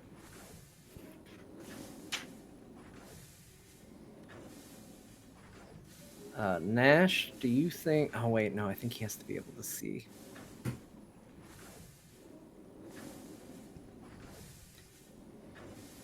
Well, unfortunately, I'm tapped on teleports. Nash, I don't think you... are you able to teleport anybody anywhere at the moment? No. I could create a teleportation circle in a 10-foot radius but there's too many of us in here to do it The guy with properly. the red and white, the guy with the red and black tiger stripe bandana speaks up and he says, "Hey, if you're gonna teleport yourself out here, you got to teleport all of us." Well, that's the idea. The problem is it would take us to a place none of you want to go.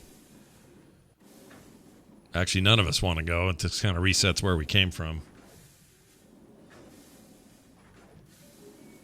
Unless there's some portal destination I can't remember we did that's somewhere else.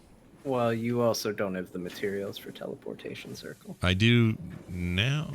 Wait. The gnome speaks up and he says, "Is that cement I see on the ceiling? Yes. That's not good.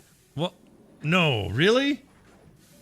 We're gonna suffocate." Oh, great. Captain of this elevator is panicking now. We have to do something and quick. "I can't die in here. Some bird poured concrete all around the elevator. Is it still? I mean, it No happened. wonder it was so slow. We're gonna die." Is it? Can I tell if it's wet? The cement, like it's still setting or something? Was it magically placed here? Can I do something to check? I mean, you can tell it's dry. It's as if it's always been there. Okay. That doesn't make any sense. Says a man floating with underwear in his DNA. Guys, this isn't possible. We're gonna die. And Torf's like, "Be quiet, little one. We don't want to let on that we're here to kill somebody." Arf's like, "Who are we here to kill again?" The other one's like, "Oh, I don't think we're supposed to say anything yet." The room gets really quiet. And then you hear a sullen, quiet voice go, "Now." And you hear a whew, and the lamp goes out. Whew, and it's all pitch black inside. Holy shit. Roll for initiative. Oh man, it is a Captain America elevator. Yeah, it is. The farts threw you off. Oh my gosh. All right. 12. 12 for Nash. Yeah. 9 for Stanley. 15 for Squirts. Okay. 22 for Varel. Wow. Take that shit. Okay, perfect. All right. So the lights go out, so you can't see anything. I've moved the map away. Only I can see the map. I'll describe what's next to you. But it's pitch black in there, except the folks with dark vision, I guess, can see here, though. Yeah. Shit. All right. Let me move back. That's not there. All right. I'll just have to rule whether you can see something or not if you're not part of the seeing classes. Squirts, do you have dark vision? You do. Kobolds have dark I think vision, so. right? They hang out in caves. All right. I'm all done. Now, one thing you also need to know is we need to figure out how much air you have until you suffocate. So D&D, suffocation. So that's determined by your constitution modifiers, I believe. I think so. Has something to do with that. I would imagine. All right. So while we do that, Varel, you will be up first. So I will look this information up. Do you want to hold your breath? Oh, I already am, unless we've Yeah. run out of Perfect. time. No, you're good. Okay. So you know your time on your breath holding. 15 minutes. Perfect. Okay. Make a note of that. You're up first. All right. Lights go out.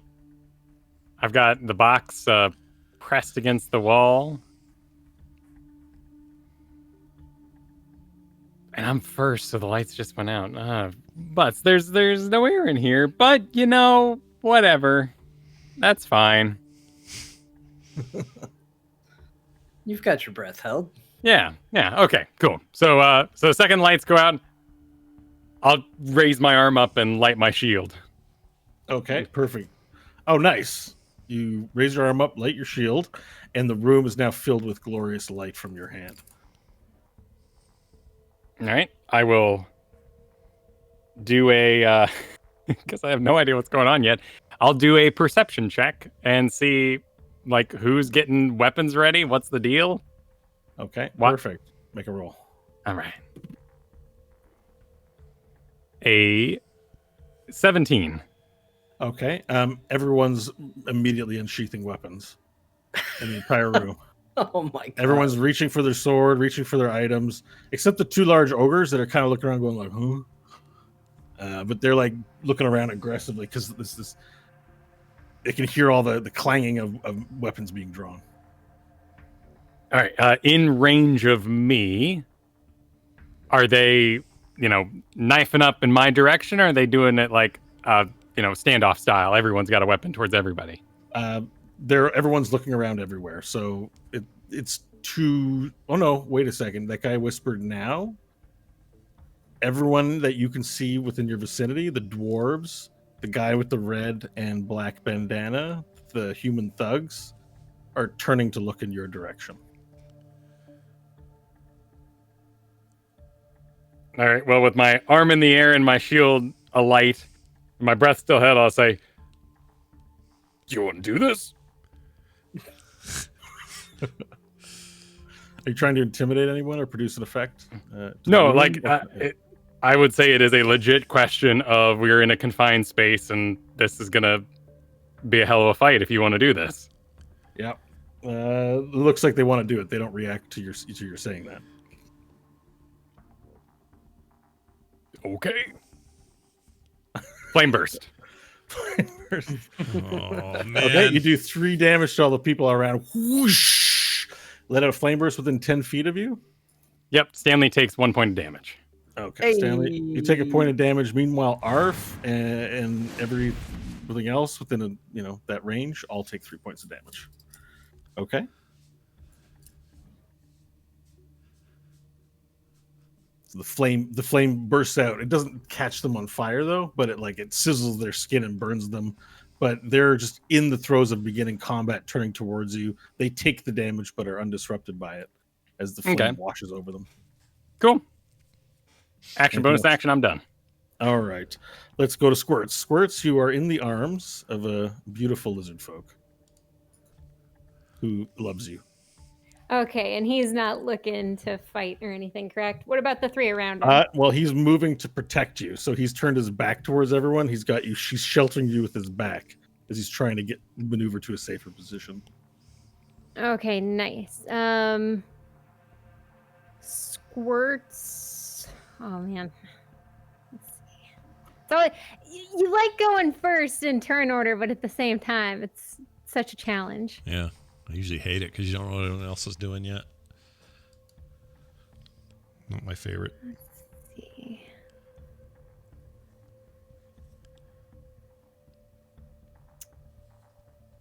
I mean, at this point, Squirts is just going to stay in the lizard folks' arms Okay.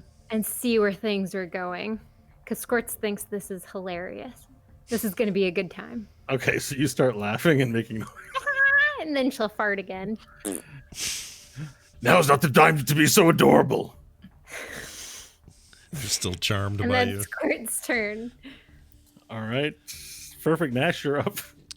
Well, Now, great. the orcs around you are moving to face away from you and protect their captain. Good. But the rest of the room appear that you can see from the flash of Varel's flame burst and his shield, or the light really from his shield. You see that every other creature is turning around to face you in the room, Why? except for the rickshaw drivers and your orcs. Why are they all looking at me?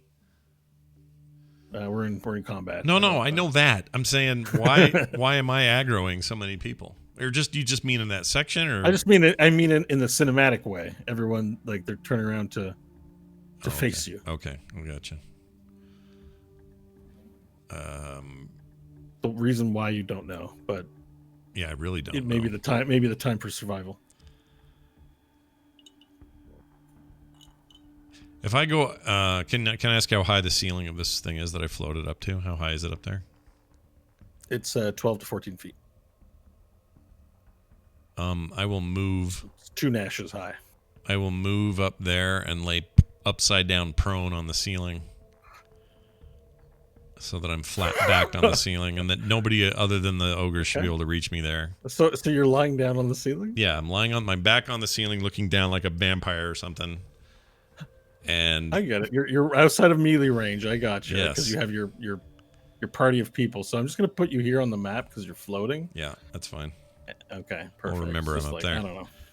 And then I'll put a marker on you. You're floating with the green floaty. now I don't have dark vision. Can I see anything other than those that are directly below me? Yeah, Varel lit up a shield, so the room is lit from a shield right now.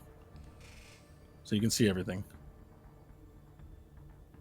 Is red bandana guy obscured? Well, he's obscured from He's you. obscured by Orp or whatever his name is. Yeah. Taft. Arf. Is it Taft? Oh, Orf. Arf? Orf. Arf. Doesn't Arf. matter. Arf. It's barf without a B. Okay.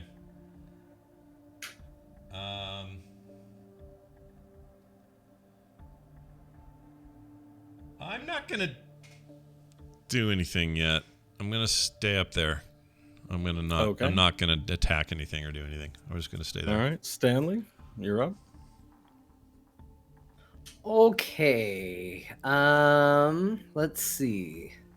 So first, I'm going to do the Mantle of Inspiration to give 11 temporary hit points to myself, Nash, Varel, Squirts, and because I can hit 5 targets with it, seeing that the one rider is trying to protect Squirts, we'll give him 11 temporary hit points as well. You're giving this guy temporary level. Perfect. So it's 10 or 8? Did you say? I'm sorry. That's 11. 11. So that will be move 1. And then I imagine all of these thugs around me are eyeing me viciously, right? What are they? Yep. What are they wearing? Are they wearing armor? Or are they wearing clothes? Or They're wearing chainmail. chainmail? Sweet, Yeah. that sounds cool. Let's cast heat metal on that. Okay. Let's do it at 3rd level to the one nearest me. 3rd level to the one nearest you. Okay. Yep. Perfect. So you reach out your hand. Is there a saving throw or it just heats it, right? It's the Nope, object. just heats it. If they're wearing it, they're stuck with it. Okay, so the metal on the chainmail on his as part of his uniform begins turning glowing red, and he goes, "Ah, ah, ah, ah, ah, ah, ah, ah." And he tries to take it off, and he goes to touch it. He goes, ah, and he burns his hand. He drops he doesn't get a weapon out, and he's starting. What damage does he take for now? 20 points of fire damage. Okay, it begins burning inside of him immediately. And it's steam from his melted flesh and begins cooking.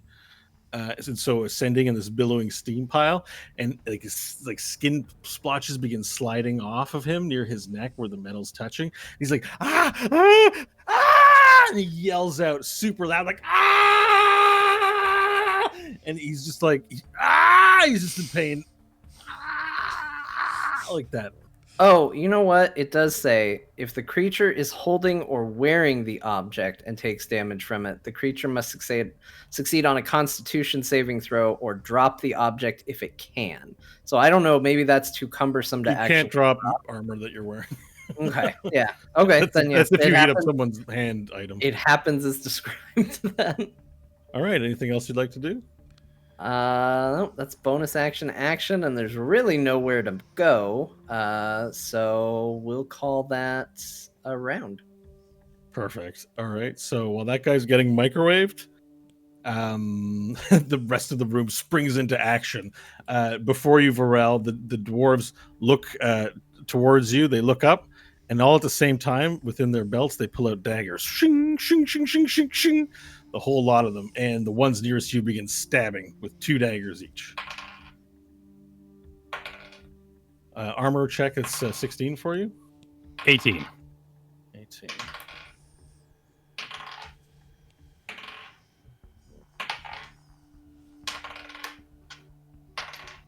All right, you are hit 3 times out of 9 attacks. All right, one's for 6 damage. One's for 8 damage. All slashing. What's the slashing? Bludgeoning and piercing. Piercing Yeah. damage. Piercing. Cool. So I said 6, then 8, then 6 again.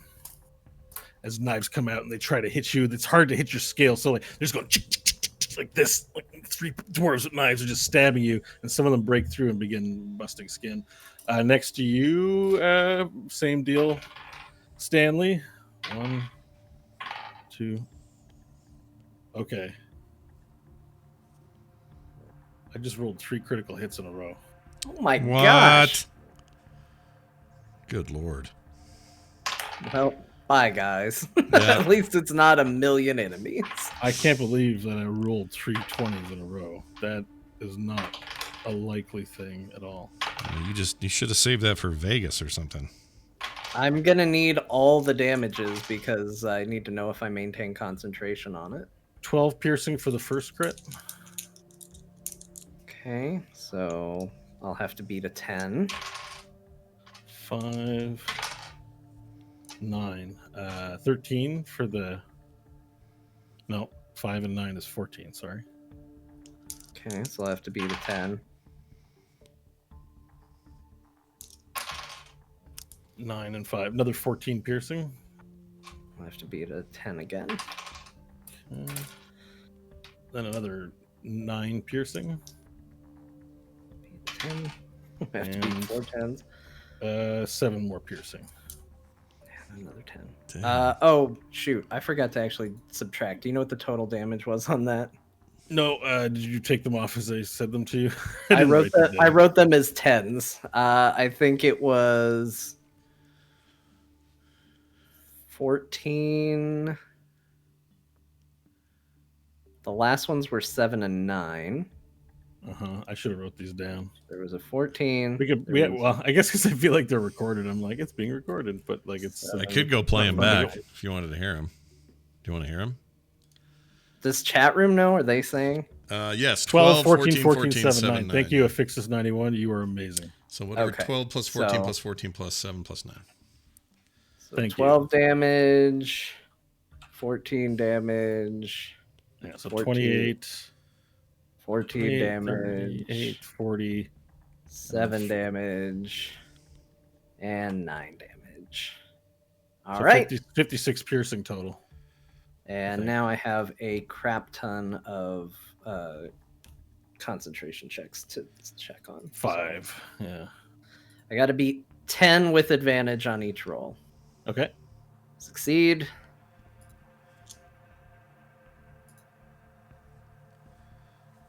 Succeed.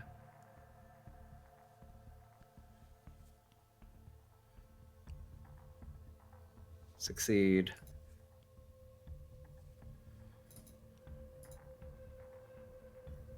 Succeed. This turned into like NPR. Yep. Succeed. Succeed. Oh, it's with my Succeed. constitution save or my con modifier added to it, right? Then that's a succeed. Barely. Okay. Okay. John's a So I self-help maintain guru. concentration through losing half my health in the first round. Now Okay. you know what to do in the first round next time. Yeah, hold on. I'll try and beat 18 people stabbing multiple times next time. Good Uh-huh. idea. Okay. All right, so they stab you. Now, Nash, you're protected, but the hired thugs that are in front of these orcs are going to attack your orc friends. They also, everyone's equipped with knives. This is like almost a knives-only fight, as they all pull out knives to fight in close quarter combat. And they make quick work of the orcs in front of you. This one stabbing that one being stabbed, that one getting killed, this one getting killed, and the two behind you, him getting stabbed right in the side, shink, shink, as knives come down, shink, shink, and then one next to you also gets stabbed but remains alive. The orcs are like, "Get out of my way!" And then Arf tries to get closer and move towards you, and then he attempts to grapple you, Nash, from the ceiling. He reaches up, he's like, "Come here, little man!" So you need to make a strength ability check, or an athletics check or an acrobatics check. We're contesting. Well, either one sucks. So, Did we already lose all the orcs? Why do we always get garbage allies? Yeah, for these these orcs are terrible. Were they all 1 hit point, or what was their deal? Like everybody either just watches or dies instantly. Yeah, they're poop. Sorry, you said acrobatics, or what was it? Athletics? No, I got a athletics or acrobatics. It's a contest. He's trying to grapple you. Right. 17. All right, so you you dodge out of the way on the ceiling, still lying down because you're floating upside down. So as he goes to reach you, just kind of float dodge out of the way, still lying down. Okay. You're just like scooching around up there like a horror movie. I like it. Yeah. All right, perfect. The rest of them get into position, but they turn around. Fambo Joe goes like, "What's going on?" And the hired guard looks. One of the thugs looks toward him. He goes, "No witnesses." And takes a knife and just stabs him right in the chest. He goes, "Ah!" And Fambo Joe just takes both arms and goes right into his neck, crushing him. And he rolls for damage. All right, rolling for more damage. Just crushes him. His hands go down. Both of his bones in here break as it finds an opening inside the metal armor. He just goes, kunk, and the guy's neck goes like, ah, and he coughs up blood. Just a big gulp of it. And that guy falls to the ground dead. All right, and all right, I'm going to eliminate them. It's just going to be clear for us to see. There are corpses on the ground if anyone needs those. Same with Bungor is protecting you, Squirts. So they stab his back with knives. Bungor. Sorry, you don't. I mean the lizard. I didn't say his name. You don't know his name yet. Bungor the lizard. Sure. So he takes damage. Does the charm person persist through damage to him? Right, it does, right? There's nothing there. I think as long as I don't damage him. So he gets to his knee and he looks at you and he goes, "Sweet Kobold Squirts." Did you tell him his name? No. Sweet Kobold. If I don't make it, you must get out of here. I will live, Bangor. We will try to live. All right, and then his two rickshaw companions, the two ladies, they reach into their small outfits and they pull out little like knives. They're like, "We came prepared," and they spring into battle. This one stabs the other guy with an attack roll. All right, that's a miss, and with the one they call Bungor kneeled down, this one jumps over top into position and immediately slashes at the that little part in the back of your foot. Yeah, the Achilles heel. Just above your heel. Yeah. The Both knives, Achilles heel. Ugh. That hurts. One's a hit, and they're both hits. That hurts like a mother. All right, they're both hits, and she slices both the Achilles heels open. Shink! And Arf goes out. He's trying to grab you. He goes, "Ah!" And he falls down. And he sinks into the ground. It breaks the floor a little bit, and the floor begins sinking. And now there's a concern the whole floor might give away. As the floor begins shaking, and he's like, "Ah!" And he starts smashing. He's like, "Ah, it hurts!" And each time he smashes it, the whole floor begins to lower a little bit each time, and everyone's sort of like leaning a bit to the center. All right, for the last move here, this guy here with the red and black bandana, he yells out and he's like, "The ruse is up, boys! Get him!" And this elf here that you saw in the corner disappears. He just immediately vanishes. Sneaky Goes, like in World War. You just hear him disappear. All right, Varel, we're back to you. All right. Dropping my hold breath, I go, "Blow the room, Nash!" Blow the room. And I'm going to run at Stanley and pick him up and throw him into the new hole that has been made in the corner. Awesome. Wait, you're going to throw him behind the rickshaw guys? Yeah, I want to throw him over the top of Fambo Joe. Okay, so you can grapple him. He'll accept, right? Grapple's one of the attack actions. Yeah, Throw's I going to be the other attack action. trust Pharrell. Make an attack roll. All right. Actually, no. Let's not do that. Let's do skill. I'm just trying to think of the economy because you've used your action to pick him up, right? So where do you get your other action from to throw him? You want to do it in one motion, right? That's how you're describing it? Okay. Yeah. So I've got the box. So I basically turn like I've got a chair, and I'm just gonna catapult him. It seems like this should be done in one turn. So I think what we're going to do is, because we know your teammate automatically accepts, we won't do a grapple. We'll just do an athletics check for the whole deal. Did you already roll? Cool. I got a 22. Okay. Perfect. So you pick up Stanley. Like, is it overhand or is it underhand? I'm using the box, so I basically, Stanley's been casting spells and getting wailed on. I sort of knock at his knees with the box and then use it as a device to chuck him. Oh, okay. And but you still have the box. You're not letting go of that guy. Yes. Okay. So you just kind of go like that to throw him over. Well, like I'm holding a chair. Like I'm going to make a royal seat for him that I'm carrying. But instead of scooping, I scoop up his butt and then hurl him over Fambo Joe. Okay, well, you do that. You hurl him over Fambo Joe. Fambo Joe ducks quickly, reading your body motion and knowing what you're about to do with his athletic body. Whew. And and Stanley lands in the corner on his feet safely. Awesome. Fambo Joe looks at you, Stanley. He says, "Stay behind me." And I will take whatever opportunity attacks I do getting into the position where Stanley is. Okay, perfect. Opportunity attacks you take. You're still in range, so you're only moved out of range of 3 of them. Okay. Only. Miss. 3, 4. Oh, that's a 19. Okay, you get hit by one. One knife grazes you for 3 points of damage. Piercing, not so bad. Sorry, John, that was a freak accident. What happened there? You know what? I've got 55 hit points left. I feel fine. They took you off guard, though. You're going to need them. Because by making this movement, all the rickshaw people and Stanley and Squirts are inside my aura, meaning they have fire resist. And again, Nash, blow the room. Oh, my Lord. Okay, Squirts, you're up. Chunks, please! Chunks is screaming, this is wild. This is fun, Chunks! Stanley, you brave, you very brave. Here, take this, catch!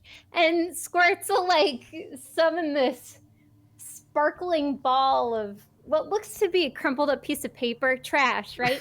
And she'll throw it at Stanley. And it's the 6th level heal spell for 70 points of health back. Whoa! Nice. Wait, it's a spell? You threw a scroll at him, or you actually cast a spell that looks like garbage? It's a spell, and it looks like garbage. That's the flavor I'm adding to it. Excellent. 70 points of healing? Also, if you were blind, deaf, or had any diseases, those are gone. I didn't know about any, but they're gone now, Yeah, so if you had them, you don't worry know. about them. Yep. Cancel your eye doctor appointment. Don't need it. Wow, this is what it's like to be a healer. Wow. A true healer. Shut up.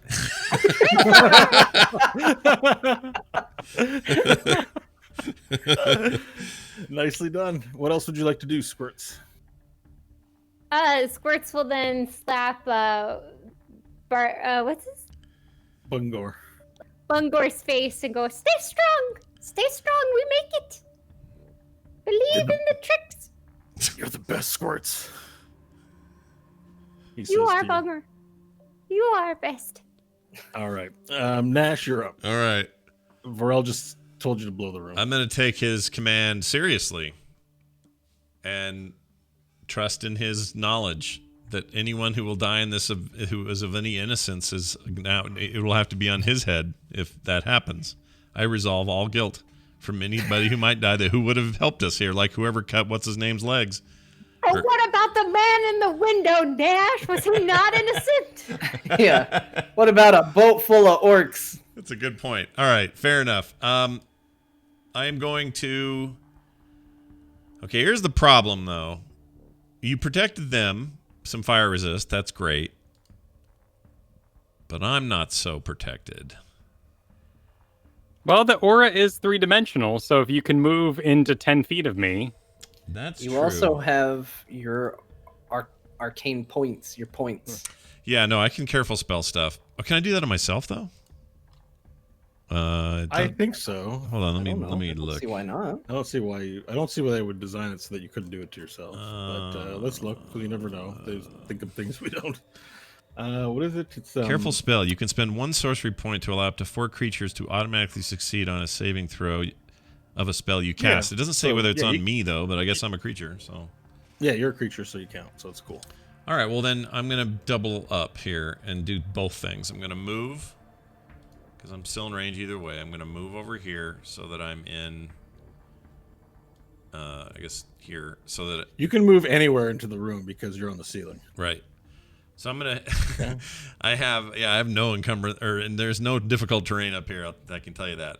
So I scooch my butt over here so that I can. Careful spell my friends. Careful. Which I will spend a sorcery point each on, so that's going to cost me and myself. So that's going to be 3. Oh wait, where's Snorts? Or not Squirts is underneath Squirts. you. Okay, Squirts. We'll give it 1 for Squirts, so that's a total of 4 people, which is the maximum. Okay. So they automatically succeed on the saving throw. Correct. Wait, does this encompass chunks as well? This encompasses. Is that in better- my space? You got to include chunks in there. Well, I only have. It can only do 4. So if Chunks all right, is leave a me out. 5th, Leave me out for chunks. Are you sure? Because we're not. Chunks isn't getting a turn though. What do you want a baby to do? Well, yeah. he's a creature and he's in the vicinity, and if there's a fireball, it will burn him to a crisp. Oh, yeah, Nash is not down with that. All right, so Varel and I will knowingly look at each other, and I'll know that he's going to stand this one out. I will careful spell everybody else. Spend those points. Okay, and then I want to cast a giant effing fireball on top of everybody below. All right, let's get everyone's favorite spell ruler out. 1 second. I don't know how big this thing's going to be in I here. think it's just gonna take up the whole elevator. So you have to pick your target, and it's centered on the target. So I'm only keeping it 1 square for now. Where do you want it placed? Right there. Okay, Well, you so got now it, it's because gonna that's as spread- close to center as I can get. Oh, hold on. Speaking from the rocket launcher thing, is there going to be air to breathe? Oh, shit. I don't know Or if we're anything gonna after even this goes have off? a floor after this thing goes off. Good point. Okay. That's not centered. That was centered. It's not now. Yeah, this is it centered. I can still move it, but that's where it's going to hit. Oh, was 8 by 8 square. 1, 2, 3, 4, 5, 6, 7, 8. That's 20 feet radius. Oh, I thought I was up a little. But I mean, you can move. You can, you can just hit here. Well, hold on. Move it. Pick it up and out of the way for 1 quick second. Sure. I just want to I see. can also, actually, one of the things I can do too is I can move it to the back of the layer. Oh, yeah, that's cool. Okay, so now center it on that one dude again. Actually, you know what? Center it on this chucklehead right here. Ping it. Right here. That Center it on him. Yeah. Okay. Wait a minute. How? Oh, only if I'm allowed to table talk. Wait a sec. I'm 1 short on this. Yeah. I think you can table talk. We table talk all the 1, time. 2, 3, 4. It's a 20-foot radius. Oh, so it's got to be. That's weird. I hate 20-foot radiuses. Well, it's Okay. 20. Yeah. It's fine. It's just I got to measure. It's a 9 by 9 square. It says it's supposed to be an 8 by 8, but we're not measuring to precision. So if it's 20 feet from the target 5 by 5 foot square, that would make it 1, 2, 3, 4 on all sides, right? 4 squares from center. So Yeah. So this hits. The reason I like this a little better is this hits everybody except possibly. it'll hit the baby too. Yeah, but I cast. So careful spell. your careful spell automatically saves. Correct. So on a save, it's half fire damage. So the baby will still take half fire damage. Yeah, but won't it? It'll live, right? It's got like 2 hit points. Oh, I don't think the baby shit. is high level. It's a baby. I didn't know I had 2 hit points. All right, can I? But we Is there a can- bonus action where I can reach down and go, "Give me the baby"? Oh no, that won't matter because I'm having a careful do me too. Never mind. Yeah, you need to aim it elsewhere. It needs to miss. Shit. Stanley's out of this, right? He's out of range. He's in range. Everything right now, currently, everything is in range. Everything's in You're range. hitting the whole. You're hitting the whole room with this target. But we can move it down. Move it down. Yeah. Yeah. Exactly. Let's see. what a corner shot does. Yeah, This move is it down a little. originally what you were doing was hitting Right here. there. Yeah, if there. you put it in the corner of the room, you miss a bunch of guys, or you hit most of the guys. Yeah, we're left with what? 3 and stealthy wow face. Yeah. Yeah. Yes. All right. Okay. I'm down with that. This leaves this person who's on our team, these two. Well, that means that Stanley is no longer needing a point, so I will not cast a point on him. Yeah, we can give it to Circlet Lady. We'll give it to Circlet Yeah, Lady. give it to her. Because she seems to be on our side. Wait, what about Old Grom? Old Nom? Oh, Old Oh, gnome. oh, that's old gnome. Old Well, Gnome? the attendant's in that corner. He's going to be a casualty of war. Sacrifices have to be made sometimes. And the hamster. All right. That looks good. Let's cast that. Okay, so you're going to do that? Okay. I'm going to say, can I say a thing? Yep. I'm going to say, from this glove, and with all my love, I send fire from above. And I do it. Pretty good one. It's not bad. Okay, so yeah, from the ceiling. Remember, you're lying from the ceiling. You let out your fireball, and it hits the corner, and you hear the old gnome going like, "No, no, no!" All right, and that explodes in a ball of flame, hitting thugs, ogres, and dwarves. I'm rolling saving throws. The saving throw DC you set, please. Hold on. Sorry. Saving throw is. Give me a second. Fireball. Deck 16. Deck 16. Deck 16. Okay. You know, it's the same thing every week. I always do. All right. Let's see here. I'm going to roll handfuls of dice to make this process quicker. Okay. All right. So I've got 1, 2, 3, 4, 5, 6, 7, 8, 9, 10. 2 more left to go. Okay. So none of these dwarves save. We have to get the damage dice. You need to roll that, please. Oh, yeah. So We make didn't this do process that yet. quicker. You're right. I'll keep 8d6. rolling this. All right. Here we go. Actually, I'm gonna name it out just so I don't cheat. Hired thugs. Okay, fail.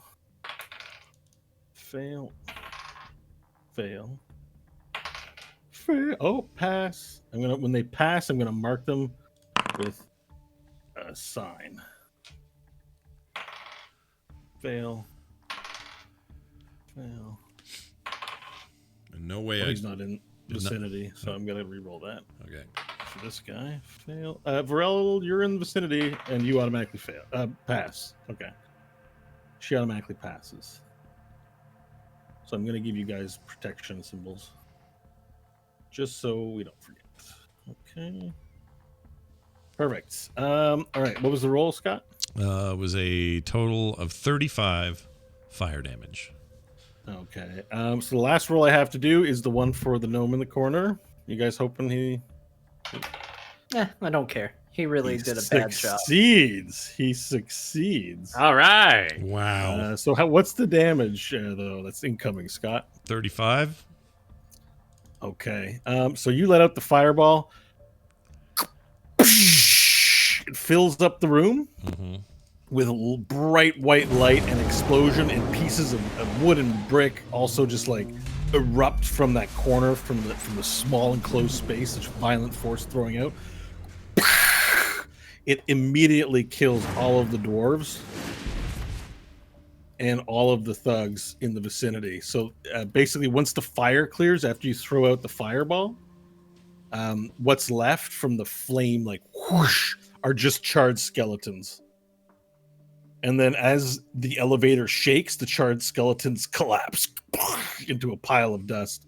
Awesome. And Arfir, he's like on fire right now. He's a big flame thing. He goes, "Who set me on fire? I hate fire!" And he's like super pissed right now. And the old gnome also, you can see, appeared as a skeleton anyways, even though he saved his throw. And it killed him. One day from retirement.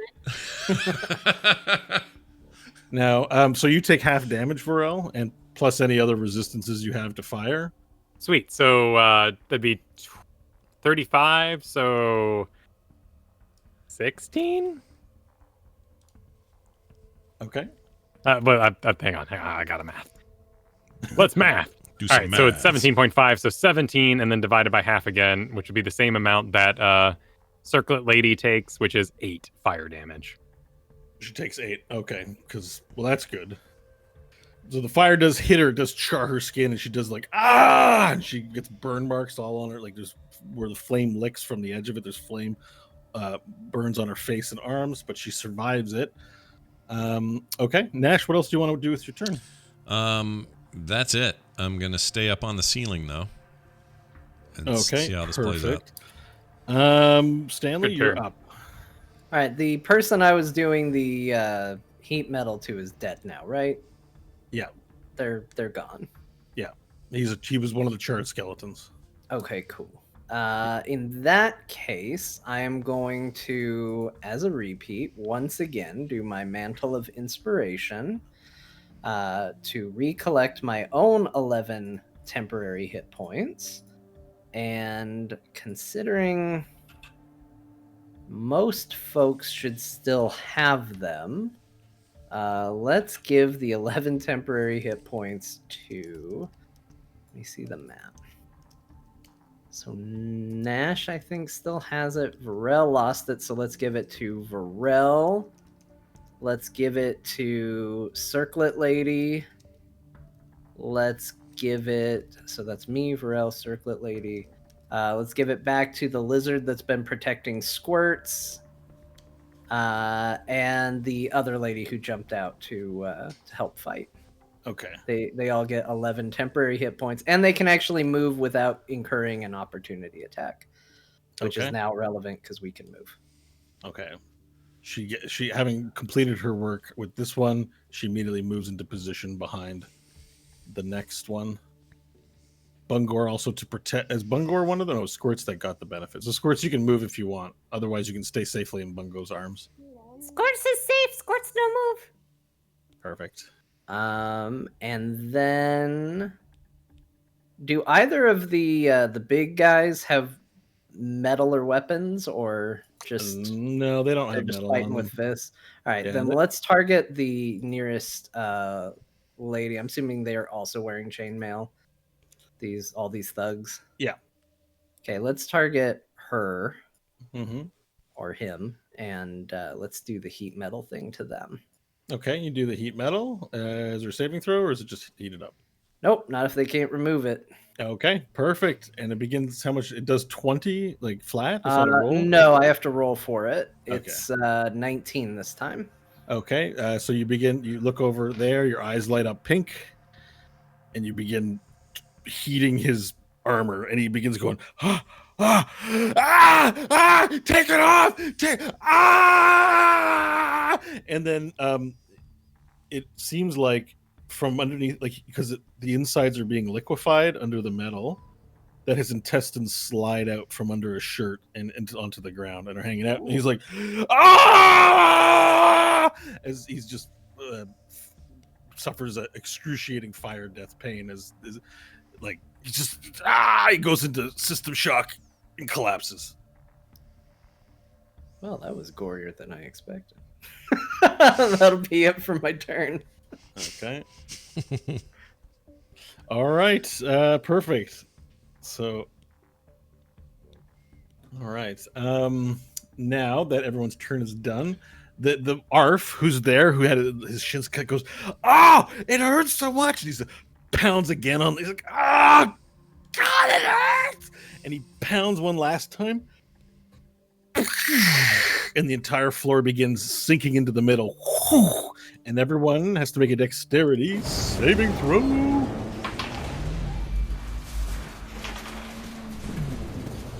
Oh boy. A 15 for Stanley. Okay, everyone begins except Nash, who's stuck on the ceiling. Everyone. 16 for Stanley. Okay, that's a success for you. Was So it you 17 15. for Squirts. 17. Okay, so Squirts, you don't have to roll the throw because you're in Bungor's arms, and Bungor begins sliding towards the hole. And everyone else begins sliding as well, including these two guys. So there's like the battle map's probably not going to be the most accurate thing in the world with this, but there's a hole in the floor and everyone's sliding towards the middle as the hole opens up, and you're brought into close proximity with everyone. Arf is there. He gets close to Fambo Joe and he reaches out to try and grab Fambo like by the head and pick him up in order to do like maybe some Hulk smash stuff.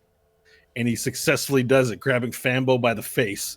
He has his whole fist on Fambo's head, and he picks it up, and he goes, "Not nice," and then he begins shaking him violently by the neck.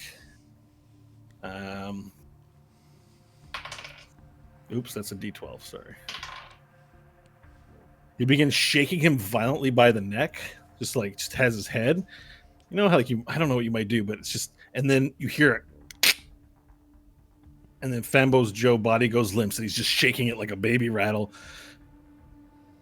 And you can hear, and you that sound wasn't good. All right. Let's see. So everyone else has fallen towards the center. Varel, you're up. Are you falling toward the center? 15 on my dex. You're good. Cool. And The ground is sloped in. It's difficult terrain. Any movement is double movement unless it's flying like Nash is on the ceiling. So you don't need a roll from me for that, right? Yeah. Oh, and by the way, as the hole opens up, all the corpses come and the powder from the charred bodies go spilling out into the hole and falling down below into a pit that you can't see the bottom of, and you don't hear them hit anything.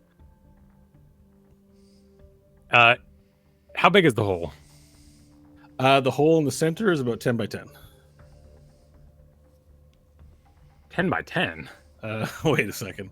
Yeah, about 10 by 10. The elevator is 10, 20, 30, 35 feet by 35 feet. It's a large freight elevator. That's meant the to carry size big pieces. of Yes, it an is. ogre.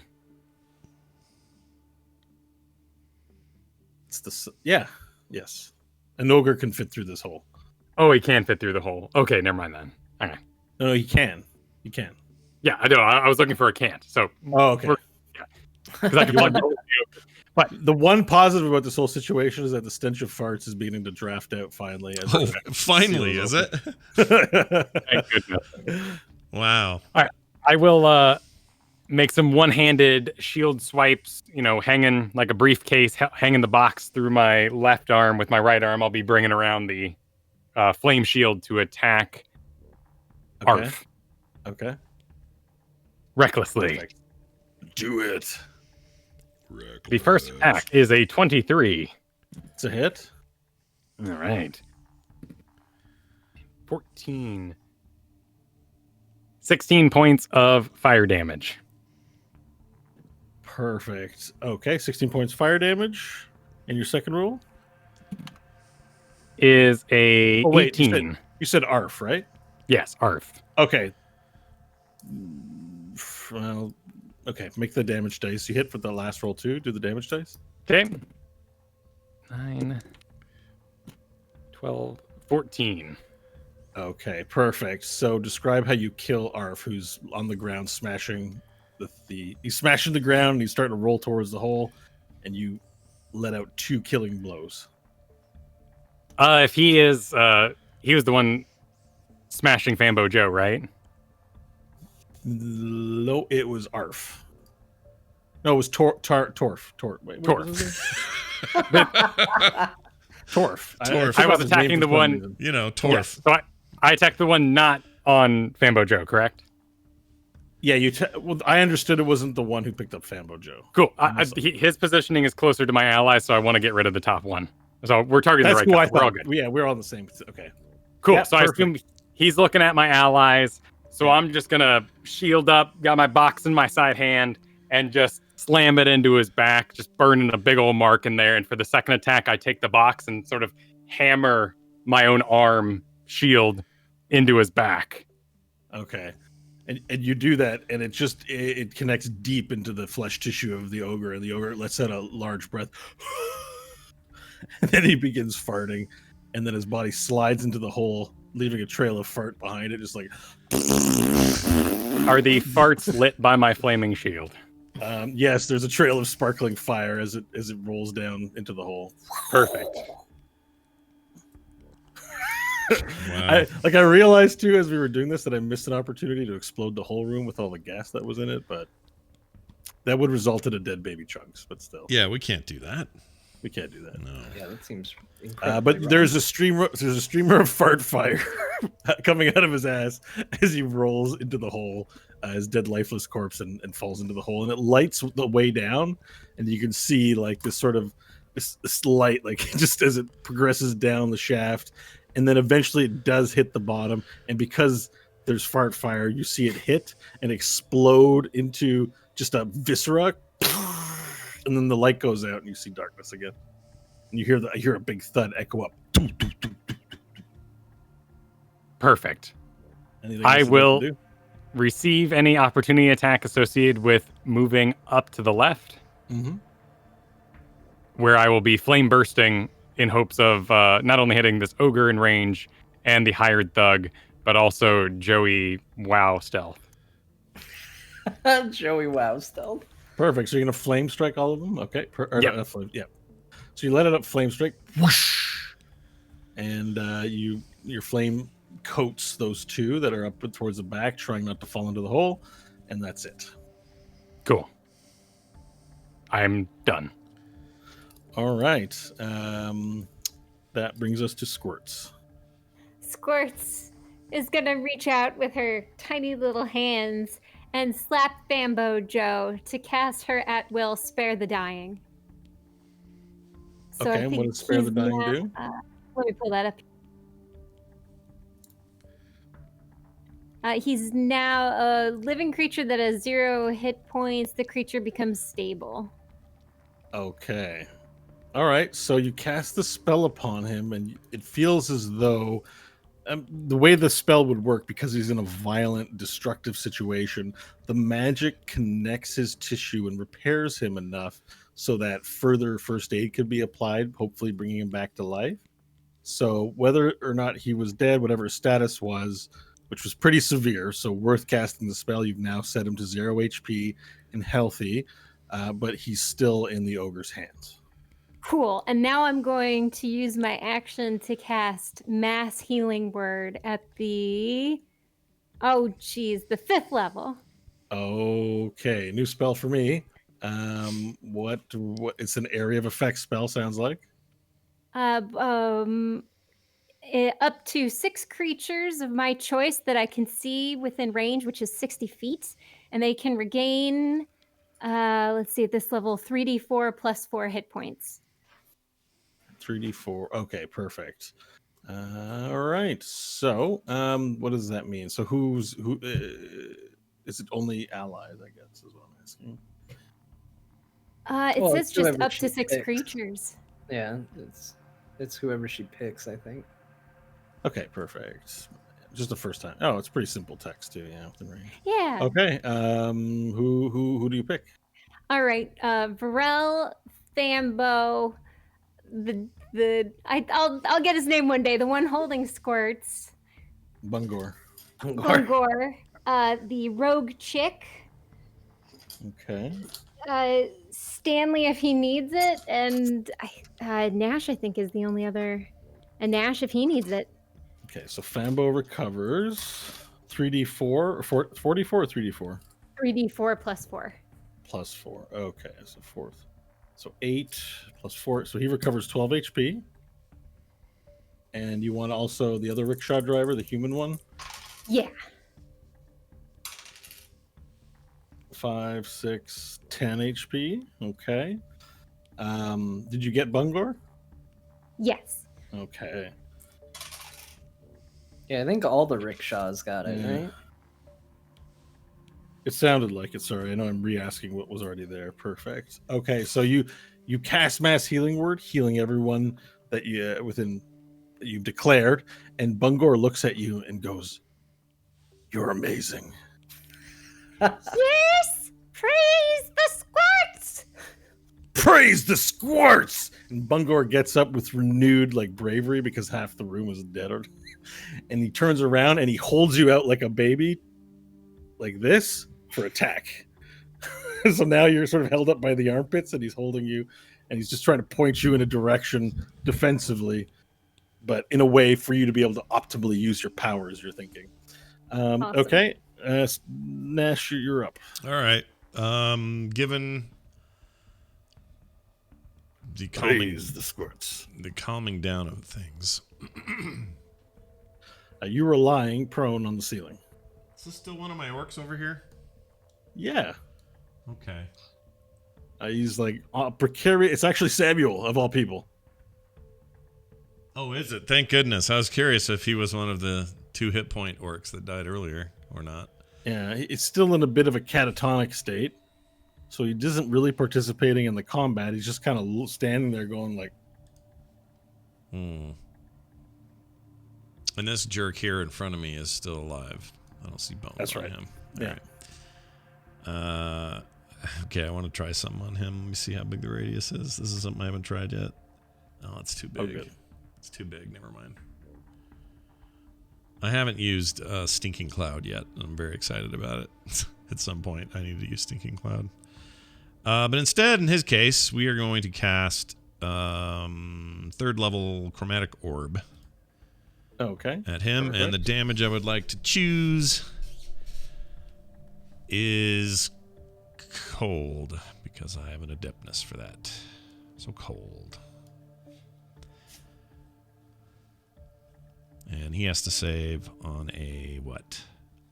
I think it's an attack roll for chromatic. Is it? It is. All right, you ready? Here comes my attack roll. Hold on. Get the extra bonuses there. Ooh, that's a terrible roll. 12. Okay, that's a miss. Damn it. You shoot the chromatic orb, and he didn't dodge or move at all. Your aim was just that bad that it sort of floated by him and hit the ground. Great. Great. That's what you like to see happen. Burn that slot. All right. I'm still safe from him and others, so I'm going to stay up there. I'm not going to move. Okay, perfect. Stanley, you're up. I'm safe and happy. Okay. Let's cast Hold Person at the 3rd level, which means it targets 2 individuals. So a wisdom save is going to be needed for Torf and for this fine hired thug. Okay, and what's the modifier? The wisdom they have to beat is 17. Okay, they both fail. All right, so humanoid you can see within range must succeed at the end of each or be paralyzed for the duration. At the end of each of its turns, the target can make another wisdom saving throw. On a success, the spell on the target ends. So they cannot move. They can't attack either or anything, right? Is that they are paralyzed, which frozen in place. The paralyzed condition is they're incapacitated. They can't move or speak. They automatically fail strength and dex saves. Attack rolls against the creature have advantage, and any attack that hits the creature, if the attacker is within 5 feet, is a critical hit. Okay, so let's see. So this is setting up Varel is what we're doing here. Okay, I'm going to put little webs on them to let them know. So, is there anything else you want to do with your turn? Nope, that's it. We're going to hold them, and then Stanley will just go, Varel, you know what to do. So those 2 can't move. So now that it's their turn, they don't do anything. This guy here, however, sees that the room has been cleared out, and he looks around, and then he runs towards the hole, provoking an opportunity attack from you, Pharrell. I'll take it. I'm in the zone after all. 17? Okay, it's a hit. Damage dice. 9. 11 points of damage. Fire. Okay, so he goes to run towards the hole. Why, you don't know. Seems like maybe he's going to escape. And you reach out and you grab him by the scruff and assault him with your fire weapon and describe how he dies. Awesome. I'd like to give him the back arm Batman. You know, the Michael Keaton. The fist that goes up with the shield and he runs into it. Flames off his face. Yeah, burns his face right off so that after he's down, it's just like no, it's just skull face and flesh. Yeah, and you murder it. The rest of his body, sort of from the momentum, slips and falls and rolls through the hole. All right, that was his turn. There are no other enemies with turns. The good guys, however, she with her knives continues stabbing the second ogre in a relentless assault of stabbies. It's a miss. That's a misroll She would attack with advantage, keep in mind, because of hold person. nice. Thank So you. all attacks Yeah, have advantage and hits are criticals. My memory lasts isn't very long. All right, perfect. So she has a third attack. Okay, so she stabs 3 times. Shink, one right in the back of his thigh, one right in his neck as she climbs up, and one in her back, and he goes, and then he's, well, because he's paralyzed, he's just like this, like trying to speak. He's like, and she's like, shh, shh, shh. And then Fambo Joe, stuck in his hand, he's still stuck by his head. He reaches up with new life given to him, and he's like, he's gonna fail these, I guess. Yeah, okay, it's with advantage. He has disadvantage on strength. Yeah, so Fambo Joe pulls I his think head out. it's You hear like a like that as he pops his head out. He jumps to the ground, and then he runs up, and with his massive bronze muscle leg, he reaches back and then tries to kick him as hard as he can in the gonads, which is like a high kick in like Mortal Kombat because his gonads are really high, right? It's an ogre. So It's a fact. all right, and he hits for 6 gonad damage, hitting him in the gonads. Boof! And then, because he can't move, you just see tears well up in the ogre's eyes as he's paralyzed. He's like, how did people die under the effects of hold person?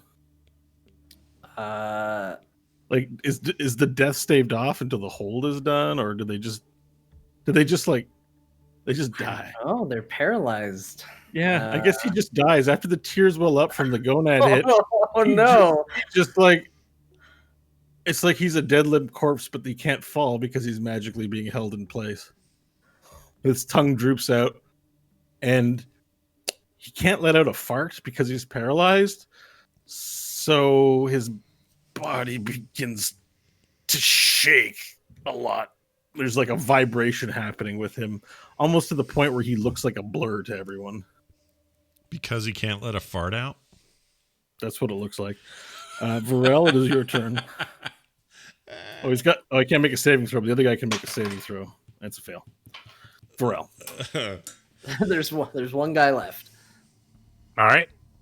I will jump behind him and go to just punch shield him. Shield knock him with the edge in the back spine. Okay. You get perfect. advantage, and if you hit, it's critical.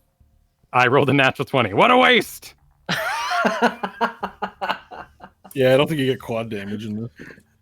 But I do get extra dice as a barbarian, so Quadruple damage. Quadruple. a 12. 12 points of fire damage. All right, describe how you kill him. Ultra kill. Just in the back of the spine with the flames. Just right there, right in the butt dimples. Okay, perfect. So you slice open his back and his spinal cord, you can see, and blood begins dripping out the back, but he can't fall over and die. So he's just sort of standing there, dead, but standing. Seeing them both dead, I release the spell. All right, you release a spell, and both of them slump to the ground. The large ogre slumps very heavily, and also at the same time, his body is finally able to release the fart it was building up, and his body explodes throughout the room. Jeez. Everyone make a dexterity saving throw.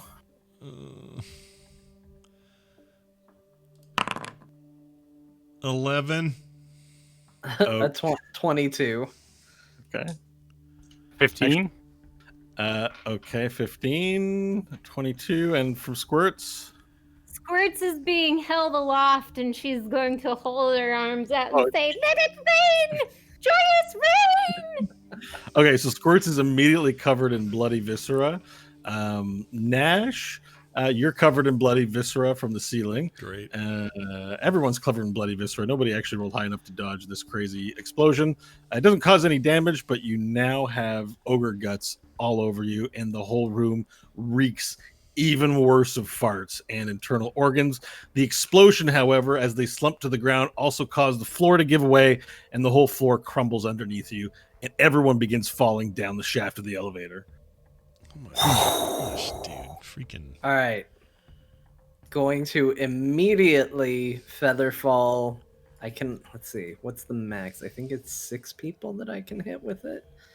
Yeah, and you have arguably 9 allies. Keep that in mind, Yeah, well, including yourself. okay. So the idea is, I just want to confirm, 5 people is the total. Wait. Can what's his face be featherfalled but not squirts and chunks because they're being held by a featherfall? That's a good point. That works. It tracks. You don't have to featherfall people that are being held by featherfall. Okay, I feel like that science works. It checks out. Well, we're gonna hope for the best here. Well, Nash doesn't need it; he floats. That's So right. that leaves. Yeah, me. everyone else is falling, but Nash is still on the roof. Yep. He's just watching everyone turn into little dots as they fall down the hole. 3, 4, 5. That's a total of 6 people that would need to be featherfalled to save everybody. So I can't hit everyone, but Well, I mean, for now, you probably have enough running room that you could catch them on a second spell. that's what I'm thinking. I hit everybody but myself. What's the range on Featherfall? It's 60 feet. I Okay, so believe. they're gonna Yeah. fall out of range before you can get them. No, I'm gonna hit everybody but me. Cool, smart thinking. All right, so if you want to, do you want to act it out? Do something cool. So as soon as the floor breaks, you just see Stanley like do his kind of mental math on who he needs to hit. He hits the people that he needs to, and then just shoots right past them because they all slow. And then, with enough time to cast the spell again, Stanley will then cast it on himself.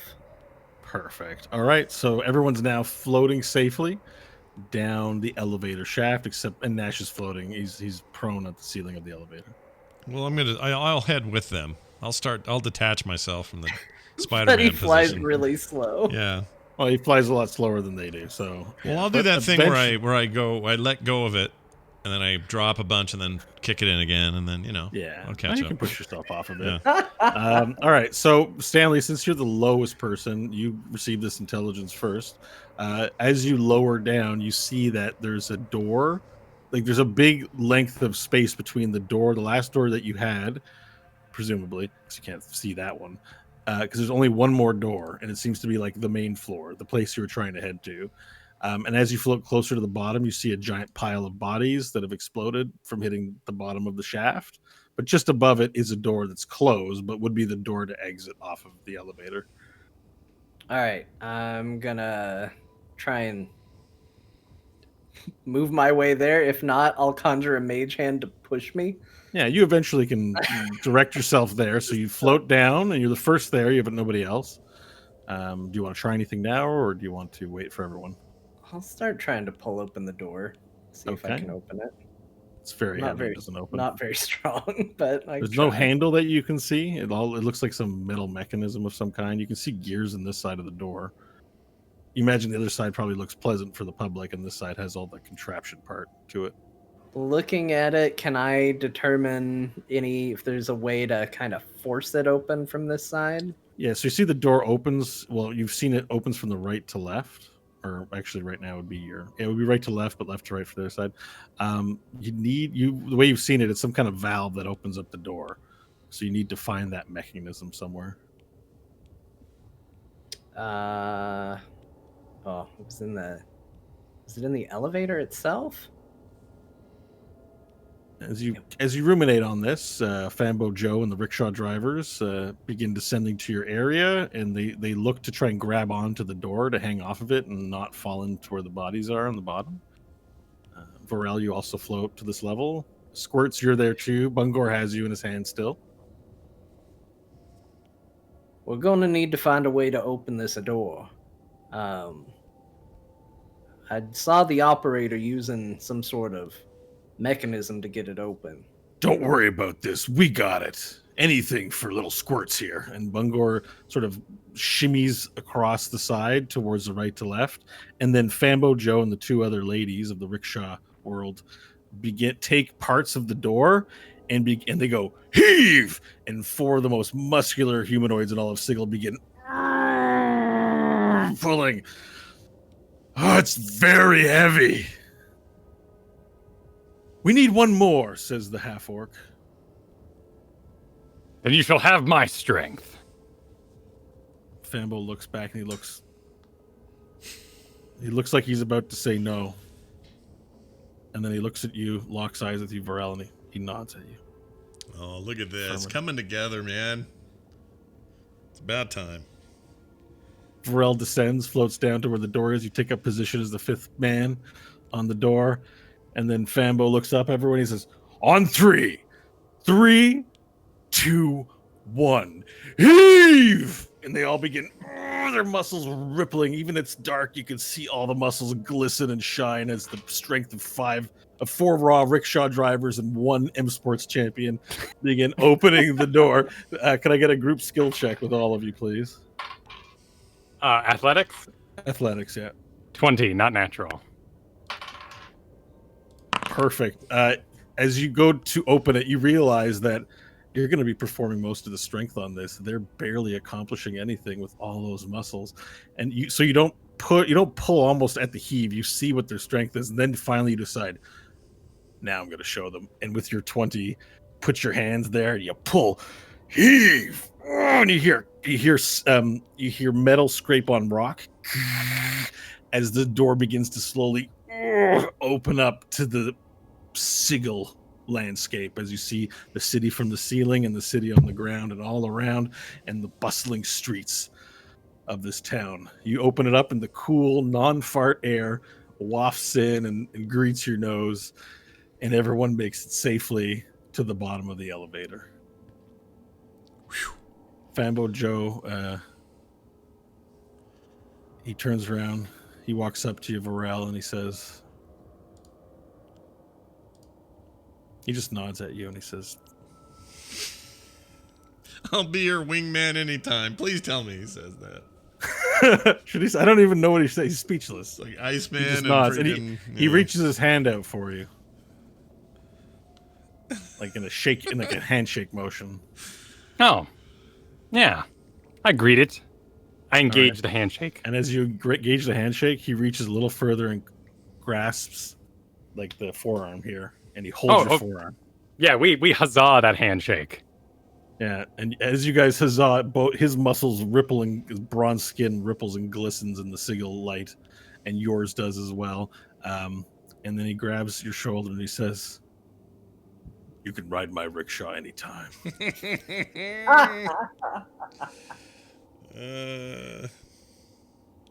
See you around, Vorel. And he lets go of the handshake and begins walking off. The two women, the half-orc, look at him and they go, nod to each other, and they start following him.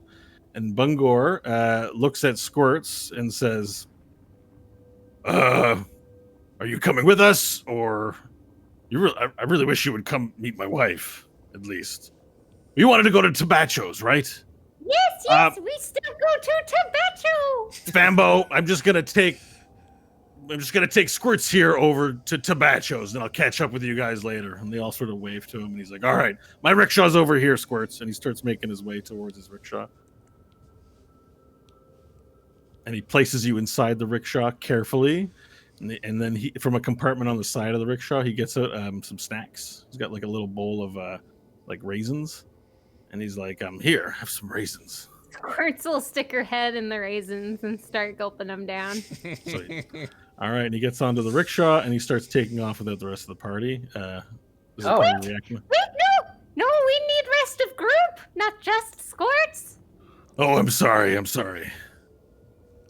All aboard. Yeah, I guess that's where we're going. All right, so Nash, you float down and see I'll how it float goes. down and yell, shotgun, and take the best seat. You float into the best seat Yep. and lift. Unless there's a competition roll for it. I don't know. Does anyone else want Anyone else want the best seat? Yeah. Yeah, he's gonna have to race. I'm right there. He's just floating Okay. around, and All he's right, slow. then dexterity contest between the both of you for Yes. acrobatics, please. Acrobatics. My acrobatics suck. 19, though. Pretty Oh, good. you beat me. You beat me. I got an 18. Oh my gosh. Oh, well, you get the best seat. I don't know Okay. what the best seat in the rickshaw is, but we'll let him have it. I'll have it.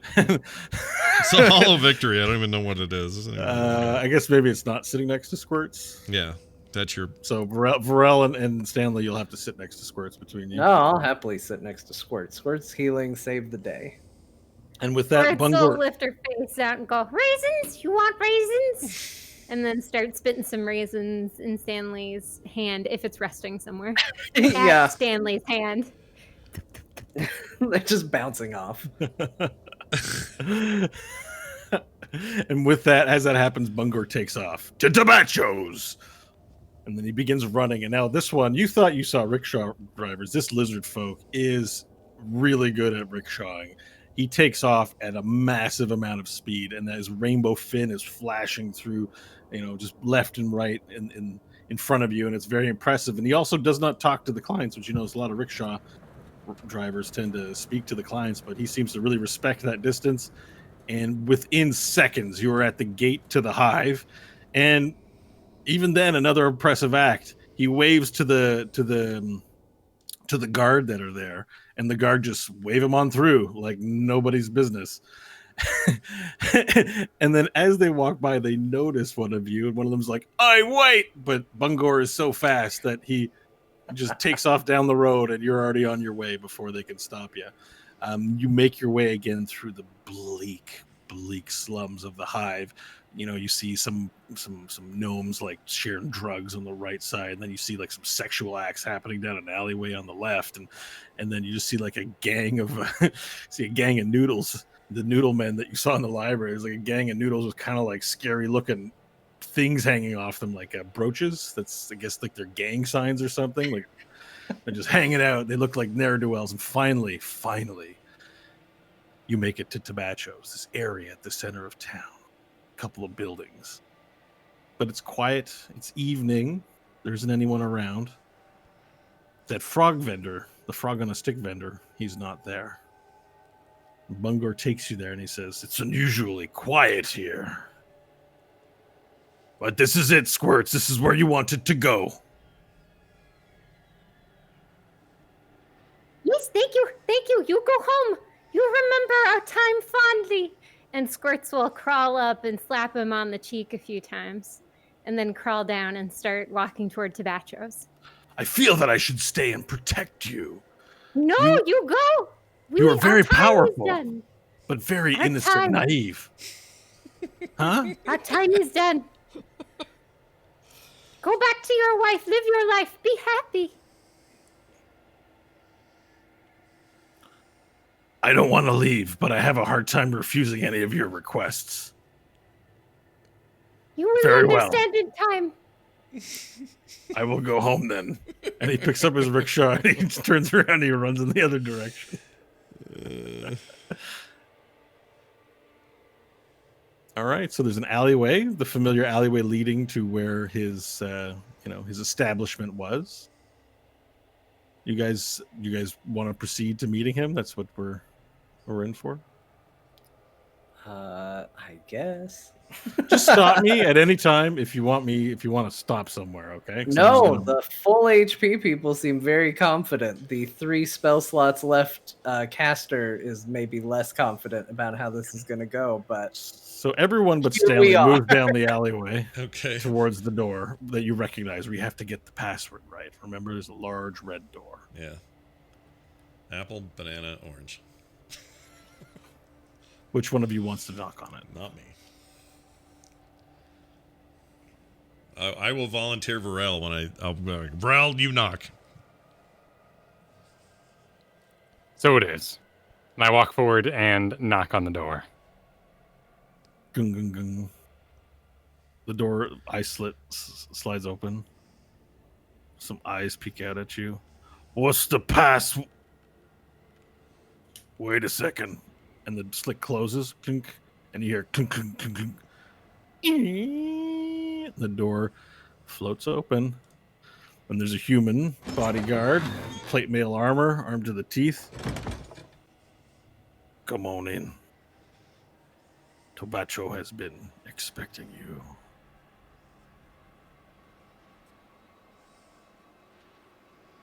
All right, let's go. All right, single file. You proceed in one at a time, moving down the stairs and into the arrow, like the pungent smell of like beer and sweat from a bar as you descend into the and of burning incense and things that might be smoked in a place like this. You move down into the bar and into Tobacho's establishment. The place is packed, has all kinds of races and people of different walks of life sitting at various parts of the bar. There's a bar in the center. There's music playing. There's just like this band going. And then as you enter into the room, you see that there's this large sort of open space that could be double up as a dance floor, maybe. And then on the other side, the large blue dragon, Tobacho Fleur, sitting there and enjoying the dancing of some of the patrons on the floor before him. I think that's where we'll end it this week. All right. Yeah, I think that's a good point, right? Yeah. We're about to get into it. Yeah, it's time. Tobacho watches the dancers, and then he looks over to you, and he's like, "Bacto stipe." That's where we'll leave it. Okay, there you go. Yeah, that's perfect. Well done. Wow. All right. Great stuff. Turns out it was a fried elevator. So we were kind of correct on that. Yeah. Fried It's elevator. exactly what you had called it is what it turned out to be. All right. Great show today. It wasn't everybody. a fried elevator. It was a fart elevator. It was a fart elevator. That's right. Should have been spelled fart.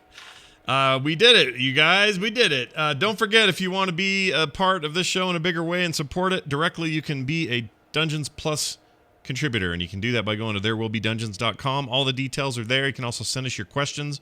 We have a bonus show coming up that those subscribers get, and that should be next week, I believe. When we do that, we will use your questions, and if you want to send them, there's a form right there on the site, therewillbedungeons.com. So go over there and check that out. Okay, I think that's everything for us. Thank you all for watching and listening. And if you have any kind of questions or thoughts or feelings, you can also find us on Twitter and talk to us there. That's fine. There Be Dungeons on Twitter. That's going to do it for us. For me, for Bo, for John, for Kristen, for Kyle, for Chunks. We'll see you next time.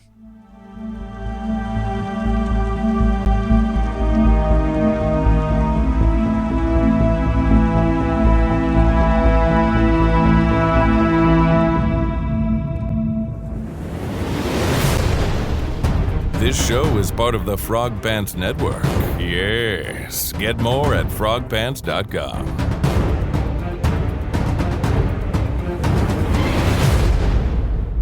Walnut.